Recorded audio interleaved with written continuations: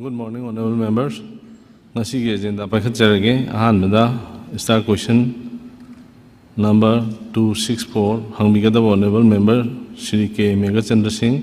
Pahum Bibigadaba honorable minister Cap NPD. Sir, start question 264, sir. Honorable Speaker, sir, start question number 264 ki A the no, B the NA. Sir, supplementary amanita thamjage sir. Sir, akoi LPG si cooking gas si hojik si yam wanare aduna masi artificial li masi tangi basi akoi thonba natabra haibda nati haibasi sir. Normally IOC ki kari gi technically laidana laktabo already phai sir. Masi law and order ki kai laktabasi control tawdabanina masi aidi dum akoi government gi soibasida tholakpane ne lawi sir. Aduna sir masi athubada mayam si black ta su lupa lisingani ga sanga lisingani plus se phangi sir. Aduna yamna laktabagi ne adagi black ta yamna wangna phangbane masi kohanabasi hojik immediate oina kari lakhot pire ahanbada thamjage sir. Honorable Speaker, sir, koye hojik ki highway ye koi kitang convoy gi matang se ja June thada convoy je subnatagi out of 25 days manungda haidi moi Sunday gumba ga im lothokraga 25 days manungda numit tarani kitang koigi convoy je chatli adagi July da tramirak challe aduga August thadi moi strike tawdana chattabani ado marak seisa hana phangngudaba chang dudagi handara pai tare aduna honorable member na suna han atopa kanomda panbi kibdo agencies maina laibunina sumba issue mayam thengai khone na panbidu yam chume do hojik se seisa khoina thon banate na haibe matang se situation sin na honorable member atai na nate hojik laiba law and order gi situation da de highway gi convoy gi matang da adugi hoi kan strike to khopi matang su honorable member na chu hena kangbi mani maduna maram or kanda masagi answer do idan thamjabani aduna haiba kano se hojik nasi hayeng dagi haitare hayeng dagi moisi amuk strike se hantoga hayeng dagi mu chatpa hogodore ana hayeng de horaga di kitang amuk komani ana sai marakta koye kano haibtare black ta phangi khole ga haije khoi su madugi timmam thame thidoknaba adaga sumaina black ta leibusing phananaba yonbasing phananaba haitare adum basing to thammi aduna moising do hek thena bogai dum pharaga kholaga dum bai na khadi le do kanagumba mi sing samsona ya kanda connection masing yam lokson mi se moidi gas lemdana even yon thopo bokta adum bale ngoda male adum budi oining khale ado taseng mo ki yadi yadabani adum do ado moina connection yam loksulaga tawbogi oida na admain khale do thengna bugumba leibiga de kanoda ai so honorable member na number su leibani na adum bale de pau bibiro khoi dum mateng pangbiyo adu phana na khona mo khoi dum tawjag Sir, amtanga last oina thamjage sir. Sir, hujiki magi aikhoida North Guwahati degi hujiksi magi bulk transport si tawraini aduga Sengmai building plan da thadaraga macha da 19 kg 14 kg da khaido pibani adu sir hujik tha khara thani hum si yamna tangkhalakpa adagi phangdabasi kaya yamna sar khangbiba ngamgadra akhoigi magi pusalakpagi changsi kayam handakhrabage aduga aduna masi phangdabasi pudi pusalaktabdigi akhoigi bulk transport sing je pusalaktabdigi thoibani kaya yamna akhoigi tha amada magi pusalakpai changsi handakhrabage khangbiba yaragadi madumta report of the PBU sir. Honorable Speaker, honorable member ki hujiki kano do masi yam di sang ba ngonda yaw di yaw ri masi copy moina ai picture ga do stage da number karam numita smaina convoy lai load kyam lakhi ado kayam na public te pi ga kai se ngon da hujik data si yauje da masi honorable member da ai copy ma ai thamjare Mathangda start question number 265 Hambigadaba Honorable Member Shri T.H. Lokeshwar Singh Pakhum Bibigadaba Honorable Minister Agriculture. Good morning, Honorable Speaker. Start question number 265. Speaker's answer to start question number 265. Khagi answer se dum sangtak to bunin si zum table to bunin dum khatana ke to bunin wala ka dum high ron thamje. Thank you. Sai supplement dam nang jege. Aina hojik hangjeri question se 2024 gi oina hojik phawad apunba fertilizer urea fertilizer bag kaya issue to garbagi Manipur apunba gi oina conscience wise oina hojik phawad urea bag issue kaya to garbagi hangjabane di amana ani subadana kundramu kendi gi oina hojik phawada season sigi oina urea bag kaya issue to garbagi urea bag fertilizer to giba pharmacy adugi maiming thatami phange duga disingani ga chawngba matphuga manga issue to gare adu iborgadi kundramu kenda da India hariba fertilizer se bag kaya darkar lege ado kaya pidu wat lege antan thami abra. Speaker sahab khagi laliba bag kya darkar lege habadu di koina consumption si aringai handana ba haidana koina samnarga joragna sangam amada koi 33 35 kg use tormachu handaraga duga haidiba handana bagi chu scheme ama Bharat Prime Minister na hawdokhiba maduna kari harino haiba matamda khagi lariba hogi pesticide hogi harsi sizinabsina maram warkanda khoi da laina tina yamna polaposi ki maram jina warkanda masidagi ni haibasi akhoi khangakpadagi hogi meeting da akhoi ai ju isa su yaujaki khoi le virtual meeting da adugu masi changje handana bana amalere adugi mathakta khoi hujik darkar leriba khundra kongi de kya lege de ge haise khoi hujik haiba ngamoi as per the requirement of the farmers to matungina koi hujik piri hana su 2384 pi gre aduna honorable member da su dum list wena dum bijakrabani magi farmer maming su ona ona adu hujik darkar leibang ge dum lobi dum yani har ge wat paleite adu available dum oi adum oigani na man dum tentang dum thamjage Saya nungajare sum darkar la pibi kharaben aina hangena te ta koigi sigi government na plan ami to wirangone ba constituency wise khuding makta ngasagi minimum koigi revenue department agriculture department pullaga total number of hectare suklai adum ta suk darkar lain hebde le adu hangje bai wane duga yare nungajare duga soidana pibi ham nei dum ai sithi kitang ijaraga awat pa hujik le se khoi hujik pakin thane digi lising nipan mathuk dum change ba hujik paki wana hol apun begen lising ani ka song matphu mangak to pi de ngarbina asai tangkhai meng wat lemna dum tobin hai bi ai yajaragi thank you. Mathangda start question number 266 Hambigadaba Honorable Member Shri K. Ranjit Singh Pakhum Bibigadaba Honorable Chief Minister.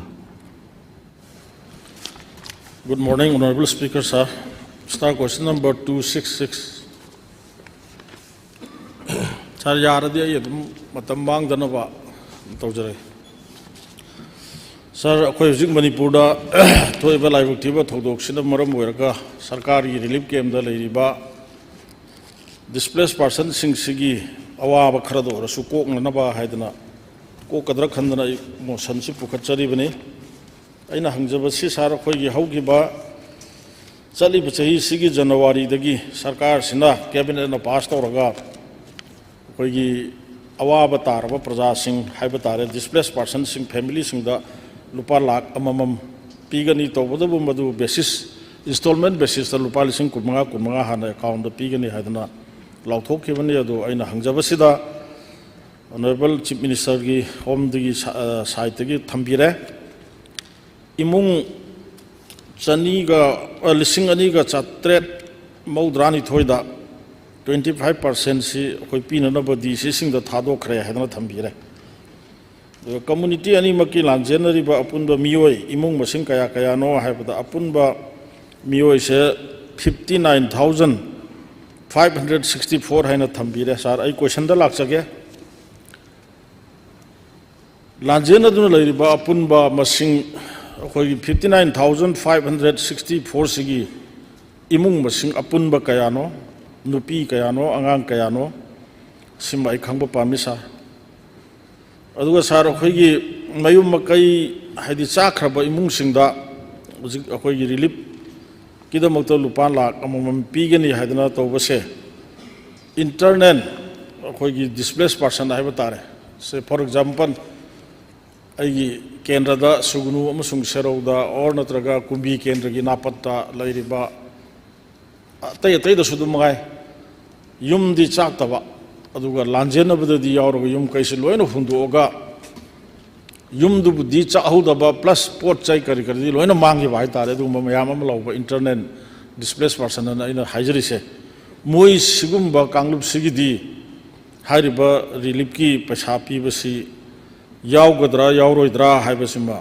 आई खंगनिंगे सार अहुम सुबदा सार अखोइगी मई चाखरबा इमुंग मनुंग मी लिसिंग अनिगा चात्रेट मौद्राइन थोइगी ओइना अहानबा तांककी ओइना लुपा लिसिंग कुनमंगा थादोखरे हाइरिबसे मसी इमुंग कयागी मियोइसिंगदा पीखरे कया अमा पीद्रिगे हाइबदुमा खंगजनिंगी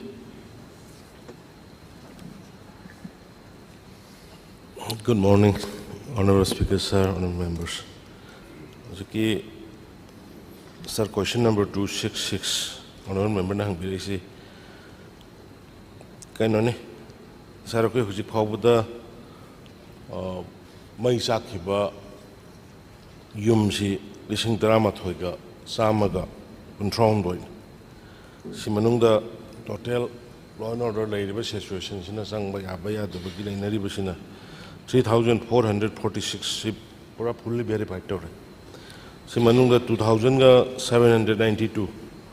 सिमाई मागी bank account दा पैसा थाग रहे। अदुगा सिदाई तो हुए displaced person ओइरी बब सी 59,564 रम मेरे से पंजी करे। तो कि वाला हुई बा Sidin 3,446 verification lawyer Bakambu City. Nominee whom Nista Moga person Hadokrani. The verification, what low reversing Siamba Lane she land ownership like the Vanina Adubumagi the confusion lay with the thing Benisha. Adubaki Nupi Nakayano, Anganakayano, I do the offhand like the my details of my Tamana of again. उसी भाव तो था तो कृषि Imphal waste मापन Imphal east सामत्रामंगा Bishnupur संवाग तरानी थोय कांगपोकपीदा इसिंगनी के सामयंग खितरुक अदुगा उजकी honourable member ना हंबीगिबा कैनोगी तो मई साक्तबा केगिदी मई साक्तबा हुजे अखोइना कैबिनेट ना सा ऑनरेबल स्पीकर सा अखोइन लौगिसी मई साखरबा पोचै मा लोइना साखरबा सिंगदुदंग हाना पीसी हैना The minor lab given Huziki win a deep way. Mayumaki Yumdi Saktaba, Aduga Mayumaki Hadogala, pushing Dugidi, with Mayan the Pidiba, listening person of the Maria Pigripa,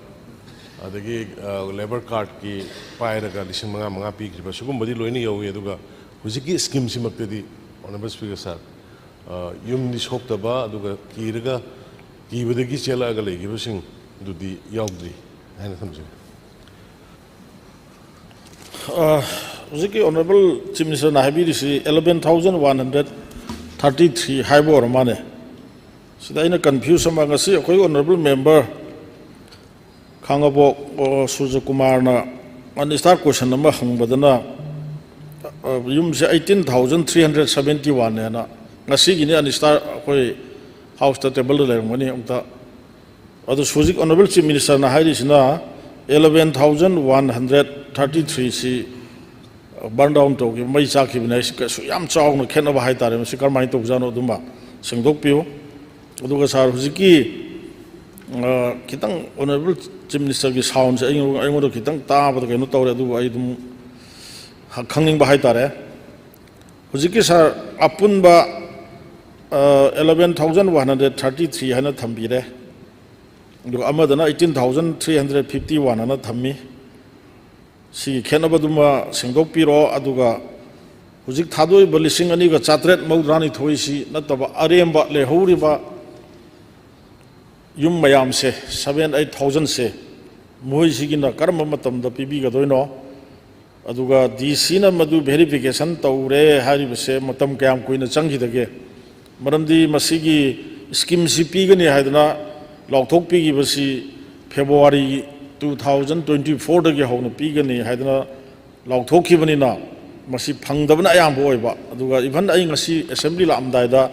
ꯑꯩꯒꯤ DC ꯗꯤꯁꯇ꯭ꯔꯤꯛꯀꯤ ꯀꯛꯆꯤꯡ ꯗꯤꯁꯇ꯭ꯔꯤꯛꯀꯤ ꯗꯤꯁꯤꯗ information ꯂꯧꯕ ꯀꯥꯟꯗ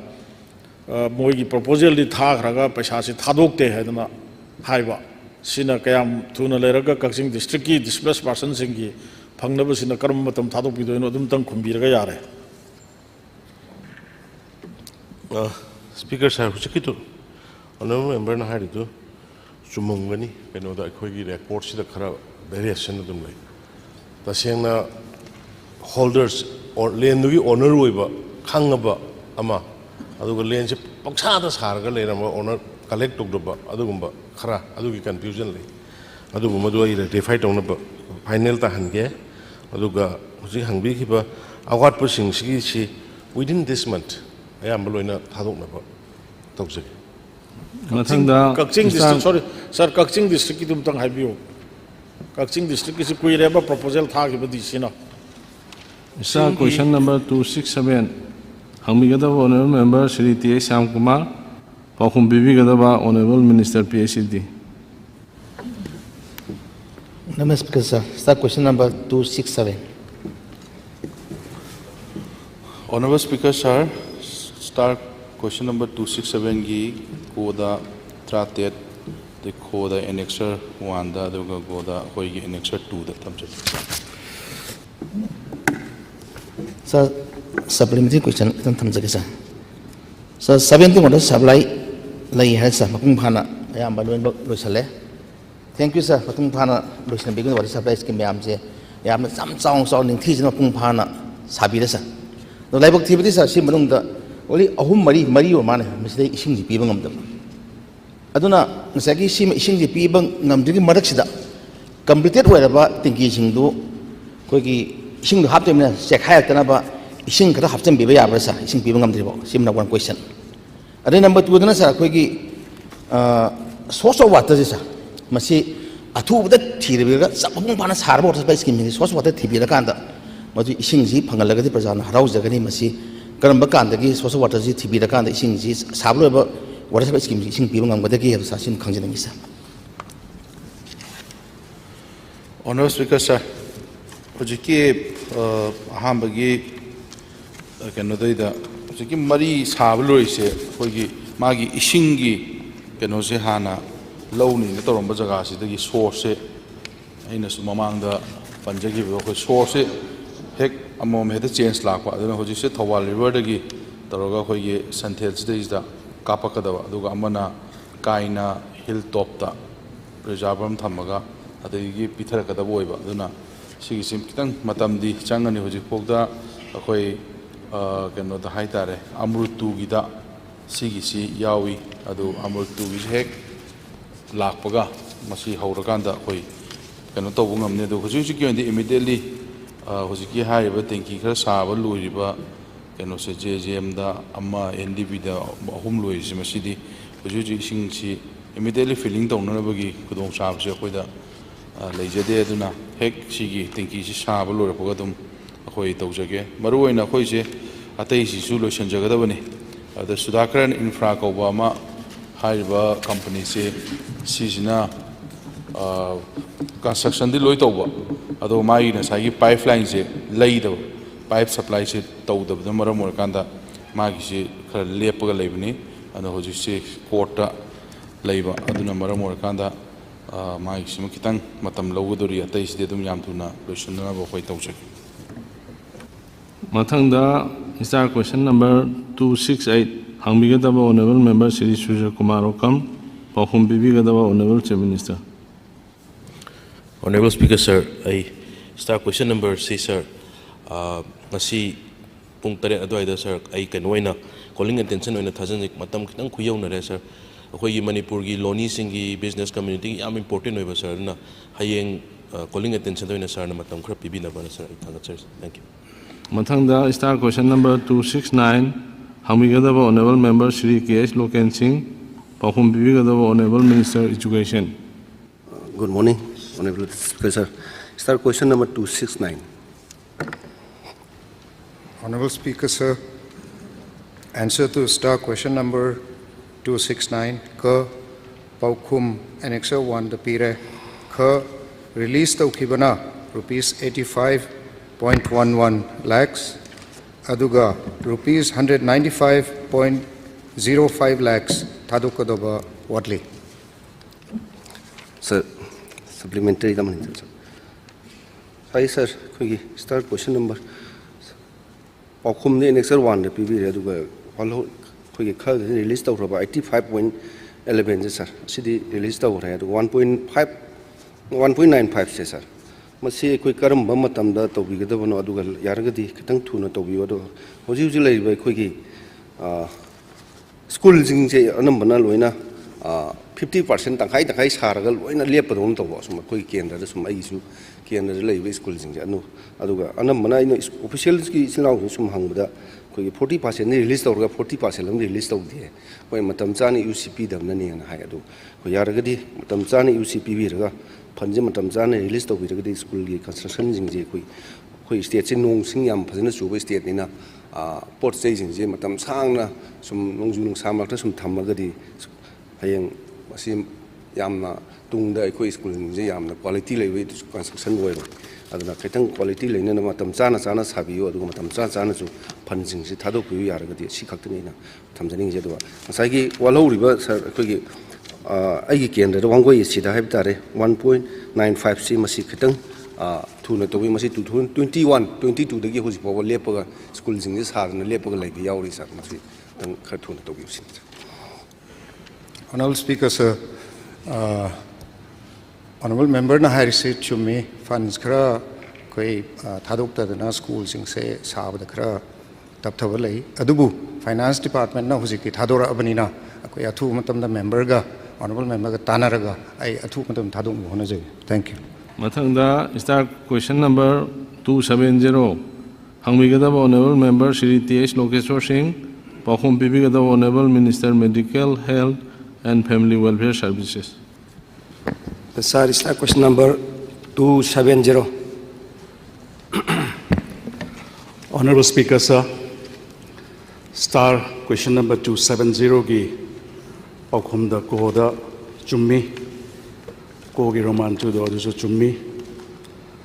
Koda Chumde Post Creation Taudri Koda Chumde Araiba Drug Inspector Single List Makhada Pijari, sir. Sorry, supplementary tentang jage. Sorry, nang jadi ba question je ai tentang highlight tok jage duga ai supplementary tok jage. Health Department makhada Manipur State Drug Testing Laboratory gi government analysis ki post mari logune bi chumbra chumi hare. Chumlabadi rule number 44 of the Drugs and Cosmetic Rules 1990 ki matung na logune ji chumbrang bane. The chumi dare aduga sidana notice the lawgi notice tokpadana sagi rule 44 se follow tawdraba ado chumi haramani na se hariba rule 44 se hariba notice thoiba koi drug inspect chiri Sasi Kumar Mangang Director of Health Services thoiba koi hariba analysis mari longnai se as per rule of government gi convey letter na hari jisu as per rule 19/2022 gi April thada koi director health ta si longna na ba convey letter pira iman logje ga ba kanda piribsida sigi rule 44 se gi qualification of analysis of the drug and the cosmetic rule 1945 se follow tau haina ire aduga man notice thokpadra mu si follow tawdraba asi follow tawbiraga Haji cumi follow tau ni hari mana masih ki kan notification thoi se masih modify tau biraga amuk logi biya jabra or under raga ma thoi ba mi se hari ba direct kan na gamena kan be pere ba rule kaina tau se masih mai matak tek sela ko tu le bira question nama ani chu badana drug inspector अखोई drug control state drug control की post से लई है चुम्रा मतलब post असी कर्म मतम creation तो विधंगने मतमदी पलकते चुम्रे पोस्ट लेते हैं पोस्ट लेतना हौजिक से ड्रग से कानाना कंट्रोल तौगदगे अथुबी मतमदा हाइबे पोस्ट से क्रिएशन तौबिरगा लौबिरगा अखोई मणिपुरदा सिगी वार ऑन ड्रग्स तजु माइगी कमिटी में लई सिगी करेक्टर narco committee on narco coordination committee है ना अमले सिदा माजी सेल नंबर 26 यावे drug controller and director of Manipur है ना एंड है ना सिदी ख्वाई मरो ड्रग कंट्रोलर सि वार ऑन ड्रग्स सदी मासी याउदरदी फरकता ताबने मागी पोसे लेतरदी हारिबा वार ऑन ड्रग्स सि प्रॉब्लम क्रिएट तौकदुना मसिसे अथुबी मतमदा पोस्ट क्वेश्चन तौबिबि याब्रा तौबिरगा हारिबा हांगना लेबा पोसे मसे मिनहनबिबा याब्रा सिमगा अदि अनिसुबदा अहुमसुबदा क्वेश्चन अहुमसुबदना मसागी ड्रग इंस्पेक्टर जिंगजे डिस्ट्रिक्ट तरातुक्ता तरात्रे पुनब डिस्ट्रिक्ट सिदा हाइबु मतमदा ngसागी याम हांगमे पुलन तारे निपान चांग हांगे तारे मु चांग हांगे हांगी से ngसागी ड्रग इंस्पेक्टर दु लेते डिस्ट्रिक्ट की ड्रग इंस्पेक्टर दु लेते तारगदी मागी फार्मेसिस्ट की करी ड्रग तुगी चेक तब खुब मयाम तब दुमिना मसी हांगे पोसिजु असे अथुबी मतमदा पोसे क्रिएशन तौबिरगा हापीबा याब्रा नत्रगदी ngसागी पोस हांगी सिंगदि कनाना लाइसेंस पेने काना ड्रग तुगी मसी लाली चुमी काना मसी एक्सपायरी ओइदे काना यिंगबिगनी अन डिस्ट्रिक्ट तरागा अपुन मसिंग डिस्ट्रिक्ट ननिपांगा तने फिलअप तौइसे अरेमा डिस्ट्रिक्ट सिंगदि अमता तौदेमिना मसी अथुबी मतमदा क्रिएशन तौर तौबिबा याब्रा अहुमदिन हंगबि Honorable Speaker, sir, government analysts Mari recruit Togani Hadana Kui Hosikabi Gibu Chumesa. So, Sigi recruitment ki Magi Kenosi the 27th February 2024 the advertised Togiba. Maki essential qualifications graduate in medicine or science Hina Hiraga. Hosiki rule Gizida Chumesa. Yamna Asanga Magi Kenosi Magi अतई criteria में आमसे हम साम almost 1 page full होइबा अद inadvertently अखोई हाइगद्रा करी हाइगनी सिगी qualification से miss out तौरमदना department ना हुजिक अमु पैखाजे तौद्रिसा अखोई फॉर्म लोक्सन बदा कनो तौरी हुजिकी हाइरिबा एडवर्टाइजमेंट से हुजिकी शॉर्ट कमिंग सिंगजे सिगी जी रेक्टिफाई तौनना बेदमत माकी अतई क्वालिफिकेशन माकी चाही के एक्सपीरियंस लेगदौबा के अदुकी क्वालिफिकेशन दो अदु सेमतो रीनोटिफाई तौनना बेदमत अखोई अदुकी प्रोसेस त लेजरेसा अदुगा अखोई की मणिपुर स्टेट ड्रग कंट्रोलर की जी यसा अखोई की हुजिक पोस्ट से लेते अदुगा सिगी जी कमाई कनो तौगे 2000 हाना सिगी जी अखोई डायरेक्टर ना यूजुअली पाइरमे अदुदे 2024 दगिदी सीनियर ड्रग इंस्पेक्टर अमना under State Drugs Control Licensing Authority under Rule 49A amasung 50A of the Drugs and Cosmetic Rules 1945 without any extra remuneration gi yabasda with 5 years experience leibaduna maram oiraga akoi sigi mamangda 29 to 2024 da hana paibiram badu retire chakram matung jida sigi matung da hojik pairibasi ma ki experience more than 10 years ke experience si लेरिबा मियोय Aman होजिक पाइरियसा अखोइगी Manipur state drug controller गिसा दुगा सिगी केनुकी से अखोइ सिगी state drug controller की post से अखोइ create तौनना बेदमक्ता स अखोइ अदुम department side तगी अखोइ cabinet पुथोकना तौजगे स सिगी सिमा दुगा चुम्मे स अखोइगी district खुदिंगमक्ता अखोइगी drug inspector अमम लेबगी मथौ ताई हैबसे अदा सिगी जिदा स कमाइन तौगेदा RR namuk 100% of the post drug inspector ke post si RR na promotion na tau kano tau bohaiba ada sigi si kano tau bani akhoi ado jo sigi se kitang direct failing which direct recruitment na tau haiba gi akhoi gi si close ama zum yarome and honorable speaker sa sigi akhoi what lo riba akhoi gi district sing da duga post later ba district sing se ai yamna athuba matam da akhoi gi department side te gi honoraga akhoi sigi se create tau na ba akhoi hona jage sa thank you so much I am no idea of the key logo the post of the drug analysis so then modified Torun Haramina Kaino Sida Mag experience the 5-year experience 2-year experience Haba my Yaurimina do not be a low Gadi expense लेते थे फरक तादन तुम सोयदन तौना बे नुआइजरे अदुगा सगी state drug controller से मसिदा अखोगी drug inspector अमना हौजी को look after तौर हैबने बालेस कोबमना अदुबु मासी सही कुइद्री माले अदुबु एक्सपीरियंस लेहम certificate Amrut my experience certificate पिबियो आई यंगजेगे अदुगा सगी पोस्ट सुंगलै लेतबा अमदा सेंक्शन पोस्ट लेतबा अमदा कोई मागी इंचार्ज ओन हापसी सुंगलै लेतबा पोस्ट अमदा अदु एतादी एग्जांपल हम हाइजेगे को डीसी माले डीसी मा लेयबा अदुदी कनोदा कोई क्वेश्चन डायरेक्ट जे खुदा गोंगी डीसी मतंग थोपजन लगा इंचार्ज हम हाप याब्रबा यारोयबा सेंक्शन लेगदमनेबा लाइवाइज अदुदना हौदी सोयरे हलौ याद्रबनिना सुंसोय सोयदना हारिबा ड्रग कंट्रोलर से स्टेट ड्रग कंट्रोल से हेक याउद्रदी मागी द वार ऑन ड्रग से अचो माना अचोबा म ओइदोरिन माई मरुब ओइबनिना हंदक सेशन जी हेक लोइबगा दिस अखोगी अगस्त थासिदा सुंसोय सोयदना क्रिएशन तौरेन हारगदी आई याजरगे सर अखोगी हुजिकी हाइबिगिबदो अखोगी रूल 49A अमसुंग 50A ना इंचार्ज होना यंगजनबबुदी याय सर चुम्मे sir Manipur state drug controller की पोस्ट आई क्रिएट आई तौना बोनस सर्विस थैंक यू मथंगदा स्टार क्वेश्चन नंबर 271 हंगमिगदबो ऑनरेबल मेंबर श्री सूर्य कुमार ओक्रम पाखुम बिबिगदबो honourable minister health Sir, start question number 271. Honorable Speaker, sir, answer to star question number 271A. The department has yet to receive any official communication in this regard from the Ministry of Health and Family Welfare, Government of Manipur. B. Does not arise. Honorable Speaker, sir, hangjakriba question is AMC Manipur da under Atmanirbhar scheme da aims ama tawbagi kano leibra na sir hangjabani sir aina thengnajaba the Times Now news da atopa news kano mem da su mem yauri newspaper mem sing da su 1st March 2022 da Prime Minister Narendra Modi na has announced the creation of All India Institute of Medical Science AIIMS in Manipur under the Atmanirbhar Bharat scheme of the Government of India. This creation of AIIMS Manipur will take the total count of AIIMS in India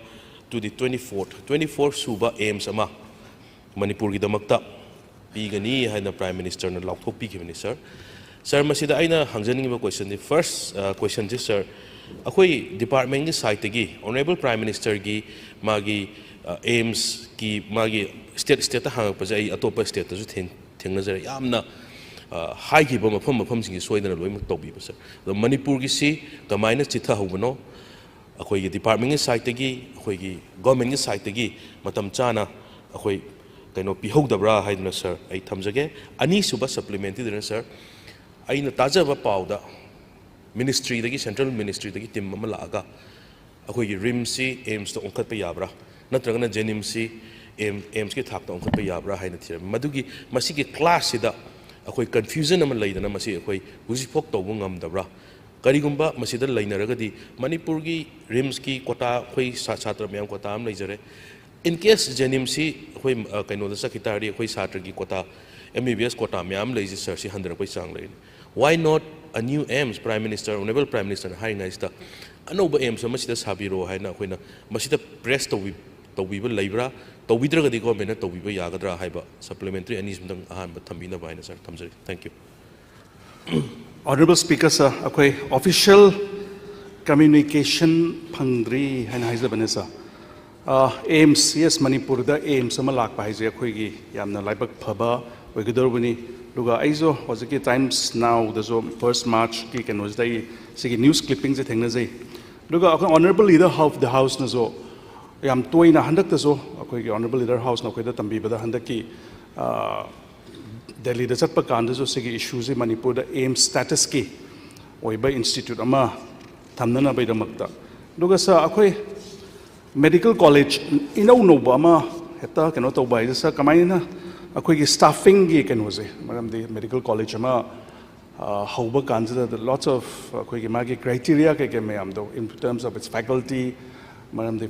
professor de horaga right up to AP is SR gi keno me am jina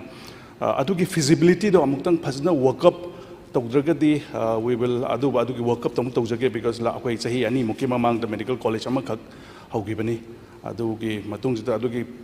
tasengna feasibility oiba feasibility in terms of the manpower that we will be able to provide adugi do yengaga honorable minister kanogi member ki suggestion du yamna phajai adubu sa akoi sigi aims ki thakta manipur gi institute ama thangatna bajte sa akoi adum pursue tawdunu zo lai it says that magi materialize tawba tawdabadu magi criteria du fulfill tawbra tawdabra habadu ki maram nara karino khoi da adu ki communication di hosumukti lactress sir supplementary amani kadang thamjagi sir akoi aisu honorable minister by his profession mahaksu doctor ni aduna si institute hauda the honorable minister na hena khangbiramani akoi MBBS student cam pastor labor professor cam labor anyway aina sum hangjabada aigi state sigi interest ani ko sir as a member of this august house akoi aims ki thakta hogat baji state atai dadi akoi hospitals 100 bedded 200 bedded hospitals hana masi hana hogat laga streamline torga masi hogat na ba atop state su tawno hai please look through the atop state ta kamai tonori head honorable minister da ai masi suggestion tawningi aduga sir ai supplementary amakhakna sir rims ta free clinical test torumbaje sir masi lab khre na hai sir masi lab akoi gi lairaba below poverty line da leiba patients and families in the yamna kana ba oibe sir masi kari gino kari maram gino financial constraint leiba gira natragana jenims study tawri haina jenims study harakane na sir ai su sum khanjaba adubu jenims ta aina mayam da rims ta lepaga jenims kaino tawri kari gino hangma matam da jenims ki equipment yam wali reagent yam wali matam yamna changi public ta inconvenient yamna oi adu rims amasung jenims se punna adu jenims ki ju award participation biraga government gi institute ani sida punna masida hanagi lairaba praja sing da phanghan biramba sigi benefit se hanjanna dum phanghan bibda kari government gi kari laibi bage haina sir ai thamjage ani suba supplementary da sir akoi ngasai honorable minister thambigri ba anova institute ama hangkiba chorachandpur medical college si sir magi lairiba problems satra singi lairiba problems sir ai mamang da su thamjabane out of 99 students 4 sina akoi koki gi chinau sing group tagi oiba satra se 95 se remaining 95 se jenims se class lowri ba sir aduga second year gi faculties sir main subject ahum gi faculties se yamna wat le ba sir plus pathology gi faculties sir oja leite na ba sir adu hostel ji satra sing ji akoi aina hangjaba matamda hostel ji admission matamda hostel free library fees loi low re sir hujik se moi bhara da leiraga leiba sir adu masi government na kari gumba leiraga di ahangba building ate leiraga di masi accommodate to bi yaroidra ara bara pa periphery de lakpa satra sing di yamna ware he sir masi ma kaino to bi yaroidra haina sir ai thamjaningi hujik leiri se hostel sing si koine piri si ST gi satri sing ta aduga all India kota women students moi khara sinatana khara phangba se yamna wa ba sir aduga sigi hospital sigi kaino sigi institute sigi makha da sir leirammi ba ada lehori ba satra sing sigi class 10 amasung 12 ki moi gi aduga atop related moi gi certificate sing sir administration block ta lehowe na haiba sir masi mang hitara gadi satra almost satra mayam sing sigi magi entire kaino ma honorable member khangbin ningi ba question do in sir adu admin block ta lehori ba moi gi certificate mayam sing si safe oibra oidabra oiraga leiba mayam sing si moi gi sida pubirak pa yagadra yaroidra haibudum tang honorable minister na thambina ba haina sir thamdre sir adu gi question to the laksa sir thank you honorable speaker Sanyasi 24th campus of AIMS ki question do the tawre okada free diagnostics duga Chorachandpur medical college ki issues ai demand numito dai phajna thamjabada kariya kaiba legada sir yeah fine thank you mathang da star question number 273 hangbigadaba honorable member Shri K. Ranjit Singh pakhum bigadaba honorable member kalama le machine da ngapi badare star question number 272 Hangbigadaba Honorable Member Shri K. Megachandra Singh, Pakhom Pibigadaba Minister Youth Affairs and Sports. Sir, start question 272. Honorable Speaker, sir. Sir, question number 272. Answer A, after receipt of report of the Committee on Quantum of Work executed, remaining works will be taken up after receipt of required funds. B, no. C, yes. Sir, supplementary amanida thamjage sir. Sir, hujiki Senapati Sports Complex si District Sports Complex si mana thabak lepaga idol loina leisi chahi nipan henjale sir. Adamasida aina kanoda hangjabada yamna kuina thabak si lepaga leisi karigino hangjabada sir. Magi award pa phan ji thagal aga madu piraga tauni hai sir. Lady Wapon this Armasi in La Eva question this are Masi Chubagi 13.23 crore Kaitokrabaneva. Aduga Panwat Pakai Gumbal Legasu Masi Sahi Nipan Mapan Henzele Adu Karigi Maram Hiraga Panwat Wadi Rom the diaper tok tokreser. Aduna Sarmasi Karigi exactly Karigi the Makta Sahi Nipan Sitabak shoot in the Levuno, Sima number 1.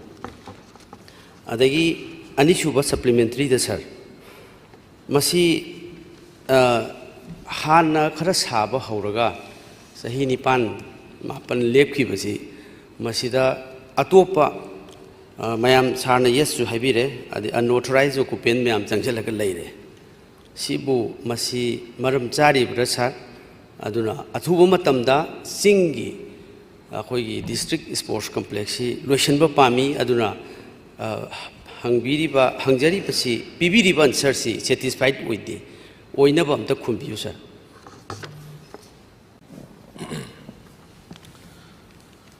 Speaker, sir, aina honorable member gi the reason for the prolonged delay in completion of the district sports complex at Senapati and the expected time of completion. Instead, in a committee, after receipt of report of the quantum committee on quantum of works executed, remaining works will be taken up after the receipt of required fund. So, Masiki sports complex 2008 sanction to given. See total amount 14 crore 51 lakhs 83,344. And the Yamna Nabak Tibai financial progress in 100%, Pito Makanda, work progress in 70%, the Leramba. Madudagi CBI Sangatana CBI Sangapadagi KSC delay Torga Dome Levini, Adabu Akoina CBI da Noigi Tawadaba, Nogi Hotkadaba calculation, Holo. Suram meba thabak sing se quantum kari kaino noi holo duga remainings to ki subagi ayaba piu haina honorable speaker koina moi da CBI da move tobani the CBI na hoji moi committee ma semaga madu moi gi assessment si to holle adugi assessment to holla kana adugi report ni koina ngaijari har sa moi da gi clearance hek lakwa almost ai clearance la amani hai bagi thaje busule Haidi Aigi kind department Mogi Aina telephonically have the Madugi Ayaba Pirani Havigi Port Amadilla honorable member of Quintamji Adugi Head Loibaga Adugi Mogi Clarence Lakwa Duga Shigai Shuram Bani Shigai Wali Navigi amount quantum to Pirapaga Pandi any source of Torkana Masima Yamtangai Padana Lotion Nabatoge Waziki Adu Yamna Hop Amagalina Sagiba Stadium ni Adugi Manakasu, Senapati Gioina, the football drop, Amasu, drop film, Loidana, Sanabahore. I think I'm Manasan Sagi, unauthorized to, why, unauthorized and a hybrid to the Queen Gesa. Was again unauthorized since he was मोगी लाइकाइदुगी मोगी हुजिकी club association sports association लेरिबा कांगबुसिगा understanding द हाइरिबा द लेरिबा प्रॉपर्टी सिंदुगी ngakpa yanaba hayeng anytime chatlu yaba adugumba group ne haina ingonda report pisa aduna hojiki manunga leiriba singduna sports complex da yam kana effect tawroi aduga amana sa dimage si aina haijabu dimage yamna leite adubu turian amaka sumaina direct yaiba jaga da khoi retaining wall khawdu thugairaga akhoi badminton court ka sangamaga ani di dimage tawkre aduga tai field kari gallery ke gedi Sir, thank you, sir. Sir, last one, Amtanga, Tamzis. Sir, Huziki, award per Panzi, report of Matung, the happy ni habitu pare, sir. Thank you, sir. Ado, sir, he si Mapantara Hena, Masi Queen Aleshalapasi, Mara Level Ramabasu,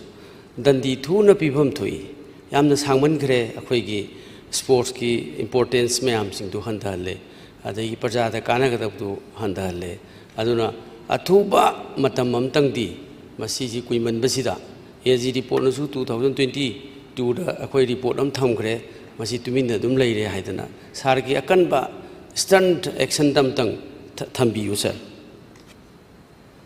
hojiki sa kenoni akhoi clearance lawri ani ni hoji CBI digi Senapati sports complex ne aduga Bishnupur gi da leiriba adugi complex tuga aduna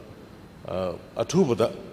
hek agency mana paibani na koina tak to buya da baini adu hujiki ani se almost clearance leirani na ige thajaba pijari adu loina na thu budare yo fantor ga erosion na tokje mathang da star question number 273 hangmigada honorable member Shri Kiranjit Singh Pahum Bibigada honorable minister agriculture. Sir, star question number 273 supplementary adum hang matam je kal to na ba Yani. Sir, I know Hungary, she Batamamada,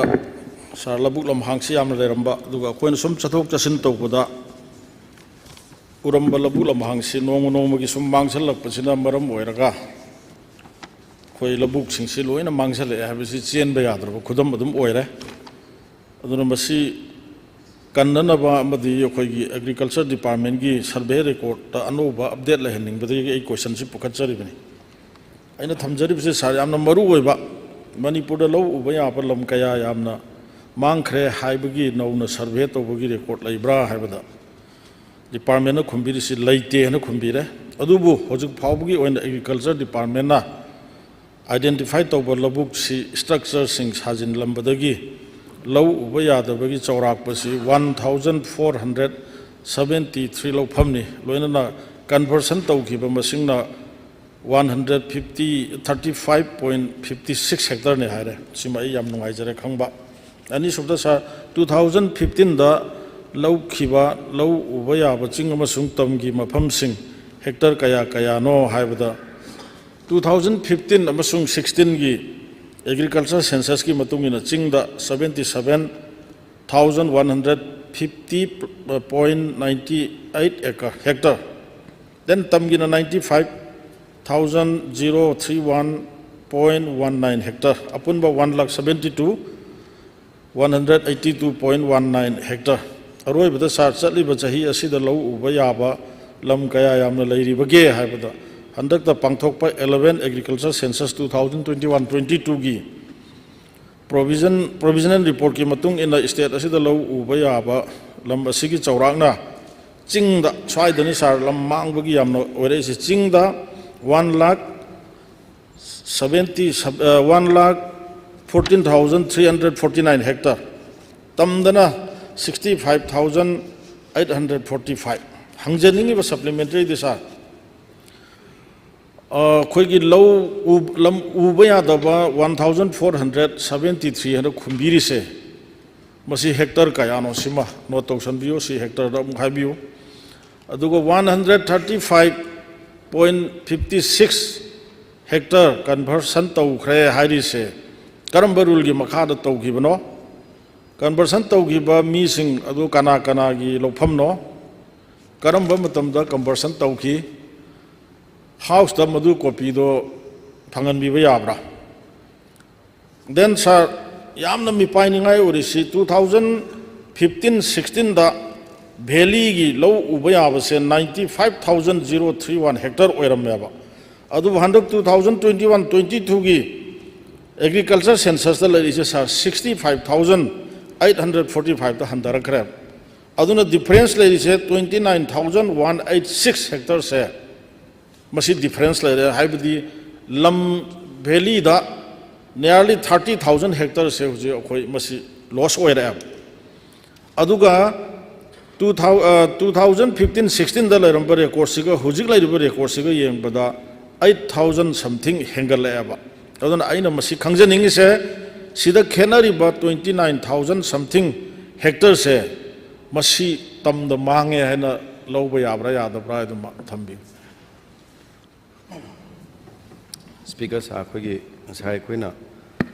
lump मांगखिबगी specific ओइबा survey report लेते ना हाइजबनी अदुगी दमक्तदी सर्वे specifically तौदे हाबदुने आइना थमजरिदी अखोगी लेरिबा एग्रीकल्चर सेंसस सी every 5 years खुदिंगी तौई द प्रीवियसली 5 years तौबा मतमदुदा खेनबा सेंसस सी करिनो हाइबा मतमदा इन भावसो थमजगे मतमदुदना अखोगी जगह खुदिमक्सी चलगा यामना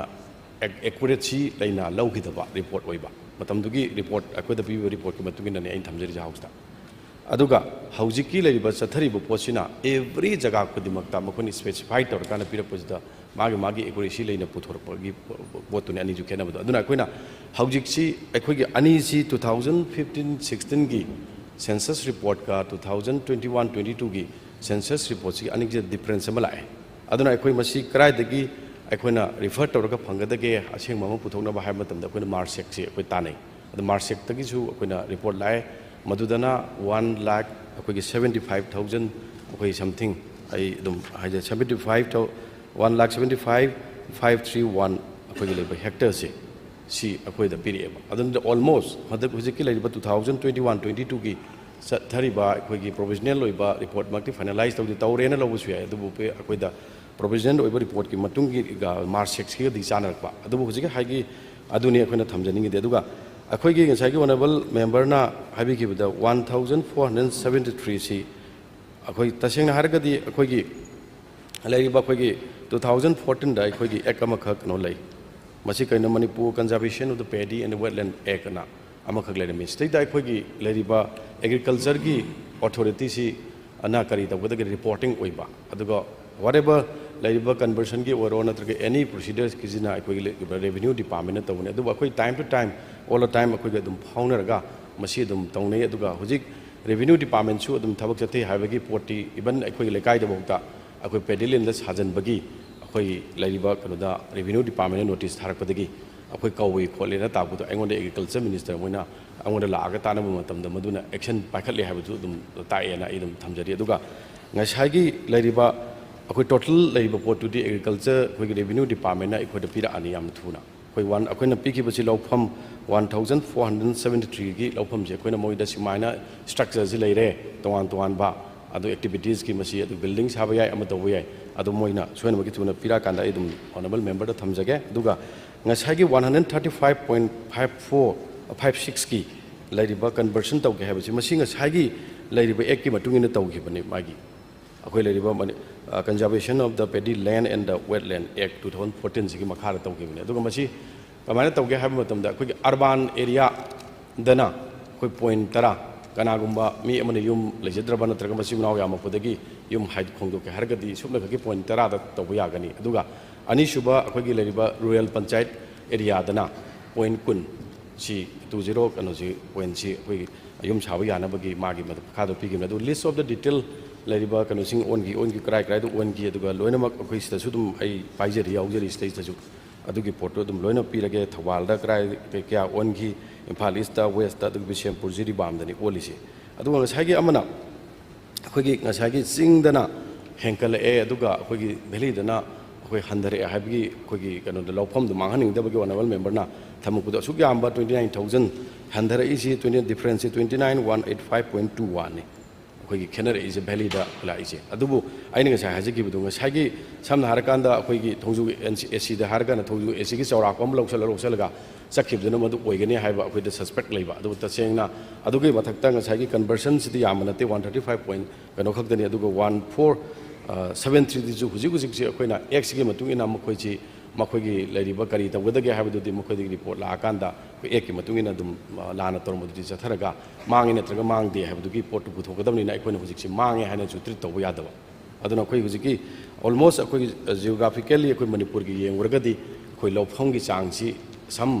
ꯑꯦꯛꯁꯇꯦꯟꯗ ꯍꯦꯟꯒꯠꯂꯛꯏ ꯑꯗꯨꯕꯨ ꯇꯧꯕꯇꯕꯨ valley and hill and valley ꯌꯦꯡꯂꯨꯔꯒꯗꯤ ꯍꯤꯜꯗꯅ ꯌꯥꯝꯅ ꯍꯦꯟꯒꯠꯈ꯭ꯔꯦ ꯑꯗꯨꯒ ꯚꯦꯂꯤꯗꯅ ꯇꯥꯔꯛꯑꯦ ꯑꯗꯨ ꯈꯛꯀꯤ ꯀꯣꯏꯁꯟ ꯈꯛꯇꯅꯤ ꯑꯗꯨꯅ ꯑꯩꯈꯣꯏꯅ ꯊꯝꯖꯅꯤꯡꯕꯗꯤ ꯆꯤꯡꯒꯤ ꯃꯐꯝꯗꯗꯤ ꯑꯩꯈꯣꯏ ꯂꯩꯔꯤꯕ ꯑꯇꯩ ꯍꯥꯟꯅ ꯊꯥꯔꯝꯗꯕ ꯃꯐꯝꯁꯤꯁꯨ ꯀꯣꯛꯊꯣꯛꯑꯒ ꯑꯗꯨꯝ ꯆꯤꯡꯁꯤ ꯑꯣꯏꯕꯒꯤ ꯌꯥꯕꯒꯤ ꯑꯗꯨꯝ ꯑꯩꯈꯣꯏꯅꯁꯨ ꯆꯠꯄꯗ ꯎꯕꯅꯤꯅ ꯃꯗꯨꯗ ꯍꯦꯟꯒꯠꯂꯛꯄ ꯑꯣꯏꯒꯅꯤ ꯍꯥꯏꯕꯒꯤ ꯄꯣꯠꯁꯤꯃ ꯂꯩ ꯑꯗꯨꯒ ꯇꯁꯦꯡꯅ ꯂꯝꯗꯤ ꯃꯥꯡꯕꯗꯤ ꯑꯃꯠꯇ ꯅꯠꯇꯦꯕ ꯃꯥꯒꯤ ꯂꯩꯔꯤꯕ ꯂꯝꯗꯨ ꯑꯣꯜꯔꯦꯗꯤ ꯂꯩꯔꯤꯕ ꯑꯦꯛꯖꯤꯁꯇꯤꯡ ꯂꯝꯗꯨ ꯂꯧꯐꯝ ꯑꯣꯟꯈꯤꯕ ꯅꯠꯇ꯭ꯔꯒ ꯂꯧꯐꯝ ꯇꯧꯗꯕ ꯄꯣꯠꯇꯨꯒꯤ ꯀꯣꯏꯁꯟ ꯈꯛꯇꯅꯦꯕ ꯂꯝ ꯃꯥꯡꯕꯒꯤ ꯀꯣꯏꯁꯟꯗꯤ ꯑꯦꯔꯥꯏꯖꯗꯤ ꯂꯩꯇꯦꯕ ꯁꯤꯗꯩꯗ ꯑꯗꯨꯅ ꯉꯁꯥꯏꯒꯤ ꯗꯤꯇꯦꯜ ꯔꯤꯄꯣꯔꯠꯇꯨꯃ ꯑꯩ ꯁꯤꯗꯩꯗ ꯑꯩꯉꯣꯟꯗ ꯂꯩꯔꯤꯕ ꯄꯣꯠꯁꯤꯡꯁꯤ ꯂꯩꯔꯤꯕ ꯗꯤꯇꯦꯜꯁꯦ ꯑꯩ ꯂꯣꯏꯅꯃꯛ ꯑꯗꯨꯝ ꯑꯣꯅꯔꯦꯕꯜ ꯃꯦꯝꯕꯔꯗ ꯑꯩ ꯑꯗꯨꯝ ꯌꯧꯍꯟꯖꯔꯛꯑꯒꯦꯅ ꯑꯩ ꯁꯨꯃꯥꯏꯅ ꯑꯗꯨꯝ ꯈꯨꯝꯖꯒꯦ ꯊꯦꯡꯛ ꯌꯨ ꯑꯩꯅꯁꯨ ꯂꯣꯏꯔꯦ ꯁꯥꯔ ꯁꯄ꯭ꯂꯤꯃꯦꯟꯇꯔꯤ ꯑꯝꯇ ꯑꯔꯣꯏꯕ ꯑꯣꯏꯅ ꯍꯪꯖꯒꯦ ꯁꯥꯔ ꯀꯟꯖꯔꯕꯦꯁꯟ ꯑꯣꯐ ꯄꯦꯗꯤ ꯂꯦꯟ ꯑꯦꯟ ꯗ ꯋꯦꯠꯂꯦꯟ 2014 ꯑꯦꯛꯀꯤ ꯃꯈꯥꯗ ꯑꯩꯈꯣꯏꯒꯤ ꯀꯔꯤ ꯍꯥꯏꯅꯤ ꯂꯧ ꯎꯅꯔꯤꯕ ꯂꯝ ꯃꯥꯡꯍꯟꯈꯤꯕꯁꯤꯡꯁꯦ ꯁꯤꯒꯤ ꯀꯦꯁ ꯀꯌꯥꯝ ꯂꯧꯈꯠꯈꯤꯕ ꯂꯩꯔꯦ ꯂꯣꯒꯤ ꯋꯥꯡꯃꯗ ꯑꯩꯈꯣꯏꯒꯤ ꯂꯧꯐꯝꯗ ꯁꯥꯒꯠꯂꯤꯕꯁꯤꯡ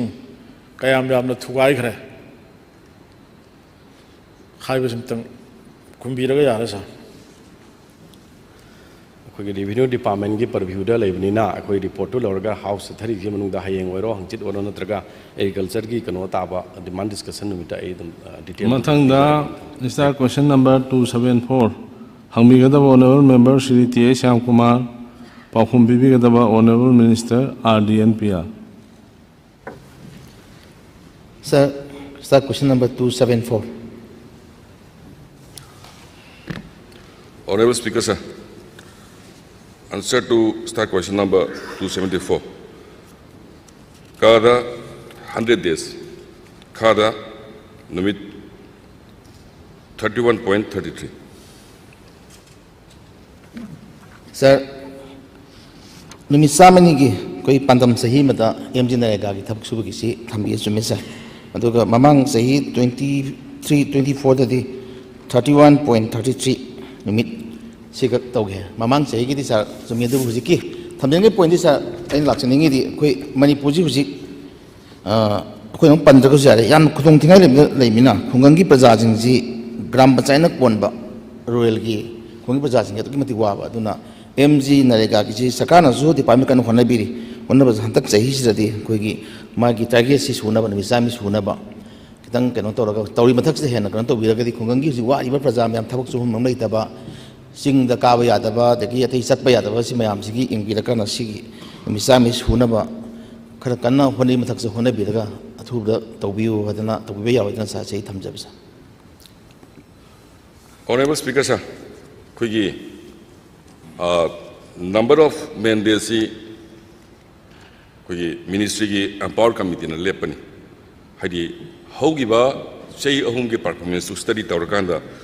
last year su 41 days pibani adu boy koi 31.33 dagi hena sugi de hadi just maram mayam lerga su then I know thamjaning isi handaki running years su 41 days katane pis the city state na 100 days claim 100 men days claim tawraga su sagi empower committee na lepak papotuna final oibani na so I said na yam thuna kuigi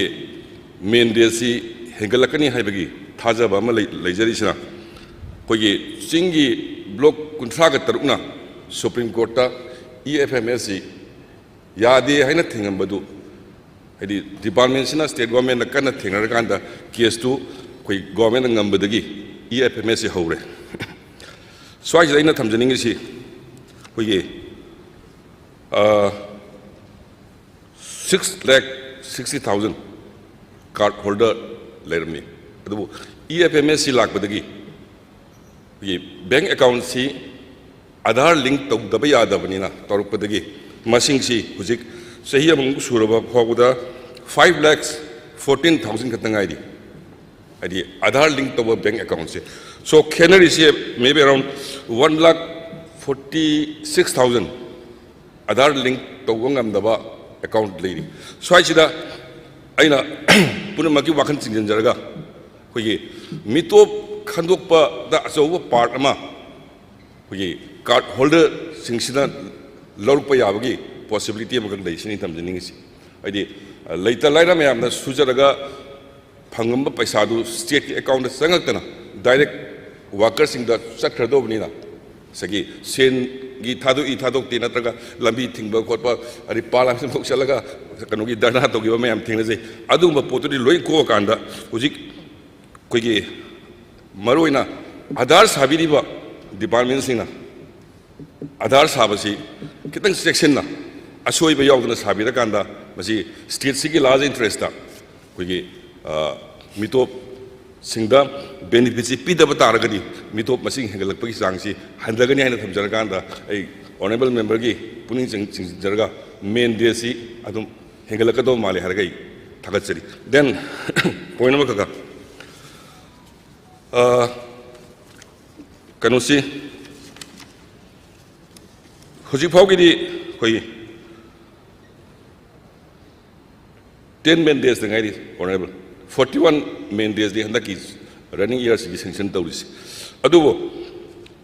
department सिना frequently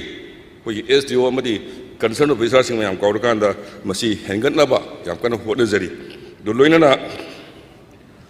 September की मनुंदा 35 days cover तौब ngमगदी कोई labour budget 30 days अमगा कोई claim तौबे अदु अदुगी target तो कोई ngमनबा होनजगे ma'am खलकान थागसे ngasiगidi makha taba question leitre agenda number 2 announcement of business honorable leader of the house na business of the house for the week and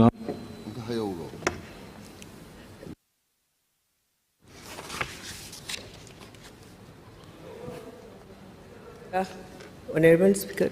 sir, why am tang phongthok sauge? Yabre atamra. Oh. Ai si nahan muki session da su puthok sakhiba haukhiba sahigi me gi tarik ahumda thokhiba adugumba irang aduna maram oirakanda oinam esigi manungda leiba lemram waroi sing haiba mafam tuda mafam dugi myoi singsi lanjena raktana lemram high school da चंगजफम लौदना मधुगी relief camp अमा हांगदना मधुदा मी सनीगा कुनिपान लई सर अदुगा मधुगी रिलीफ कैम्प तुदा लेहौदबा मी सामगा तरानिपान अमा मतमदुदा अकी तुजुंग पोक्तना रिलीफ कैम्प ता लेरगा मसी खुदुंग चाबसी फंगनी हाइबना सिंगबा खंगौदबा मागी मरी मतागी मयुमदा लेखिबा मी सामगा तरानिपान अमा हुजिक अतोपा मफम सिंगदा सजांगफम लौरगा लेगी सर हाइरिबा मी चामगा तरानिपान सी रिलीफ कैम्प ता लेहौदबा न मरम ओइरकांदा अखोइगी गवर्नमेंट पीबीरिबा खुदोंग चाबसिंगसी मखोइ फंगद्रे सर अदुना मखोइ सिंगसी मसी मखोइ फंगनबगिदमक्ता अखोइगी डीसी दा मखोइगी लिस्ट मरुइबा डॉक्यूमेंट लोइना पिसनखरे अदुबु हुजि फाउगिदी मखोइ फंगबा लेट्री मसी अथुबा मतमदा फंगननबा तौबिउ sir thank you sir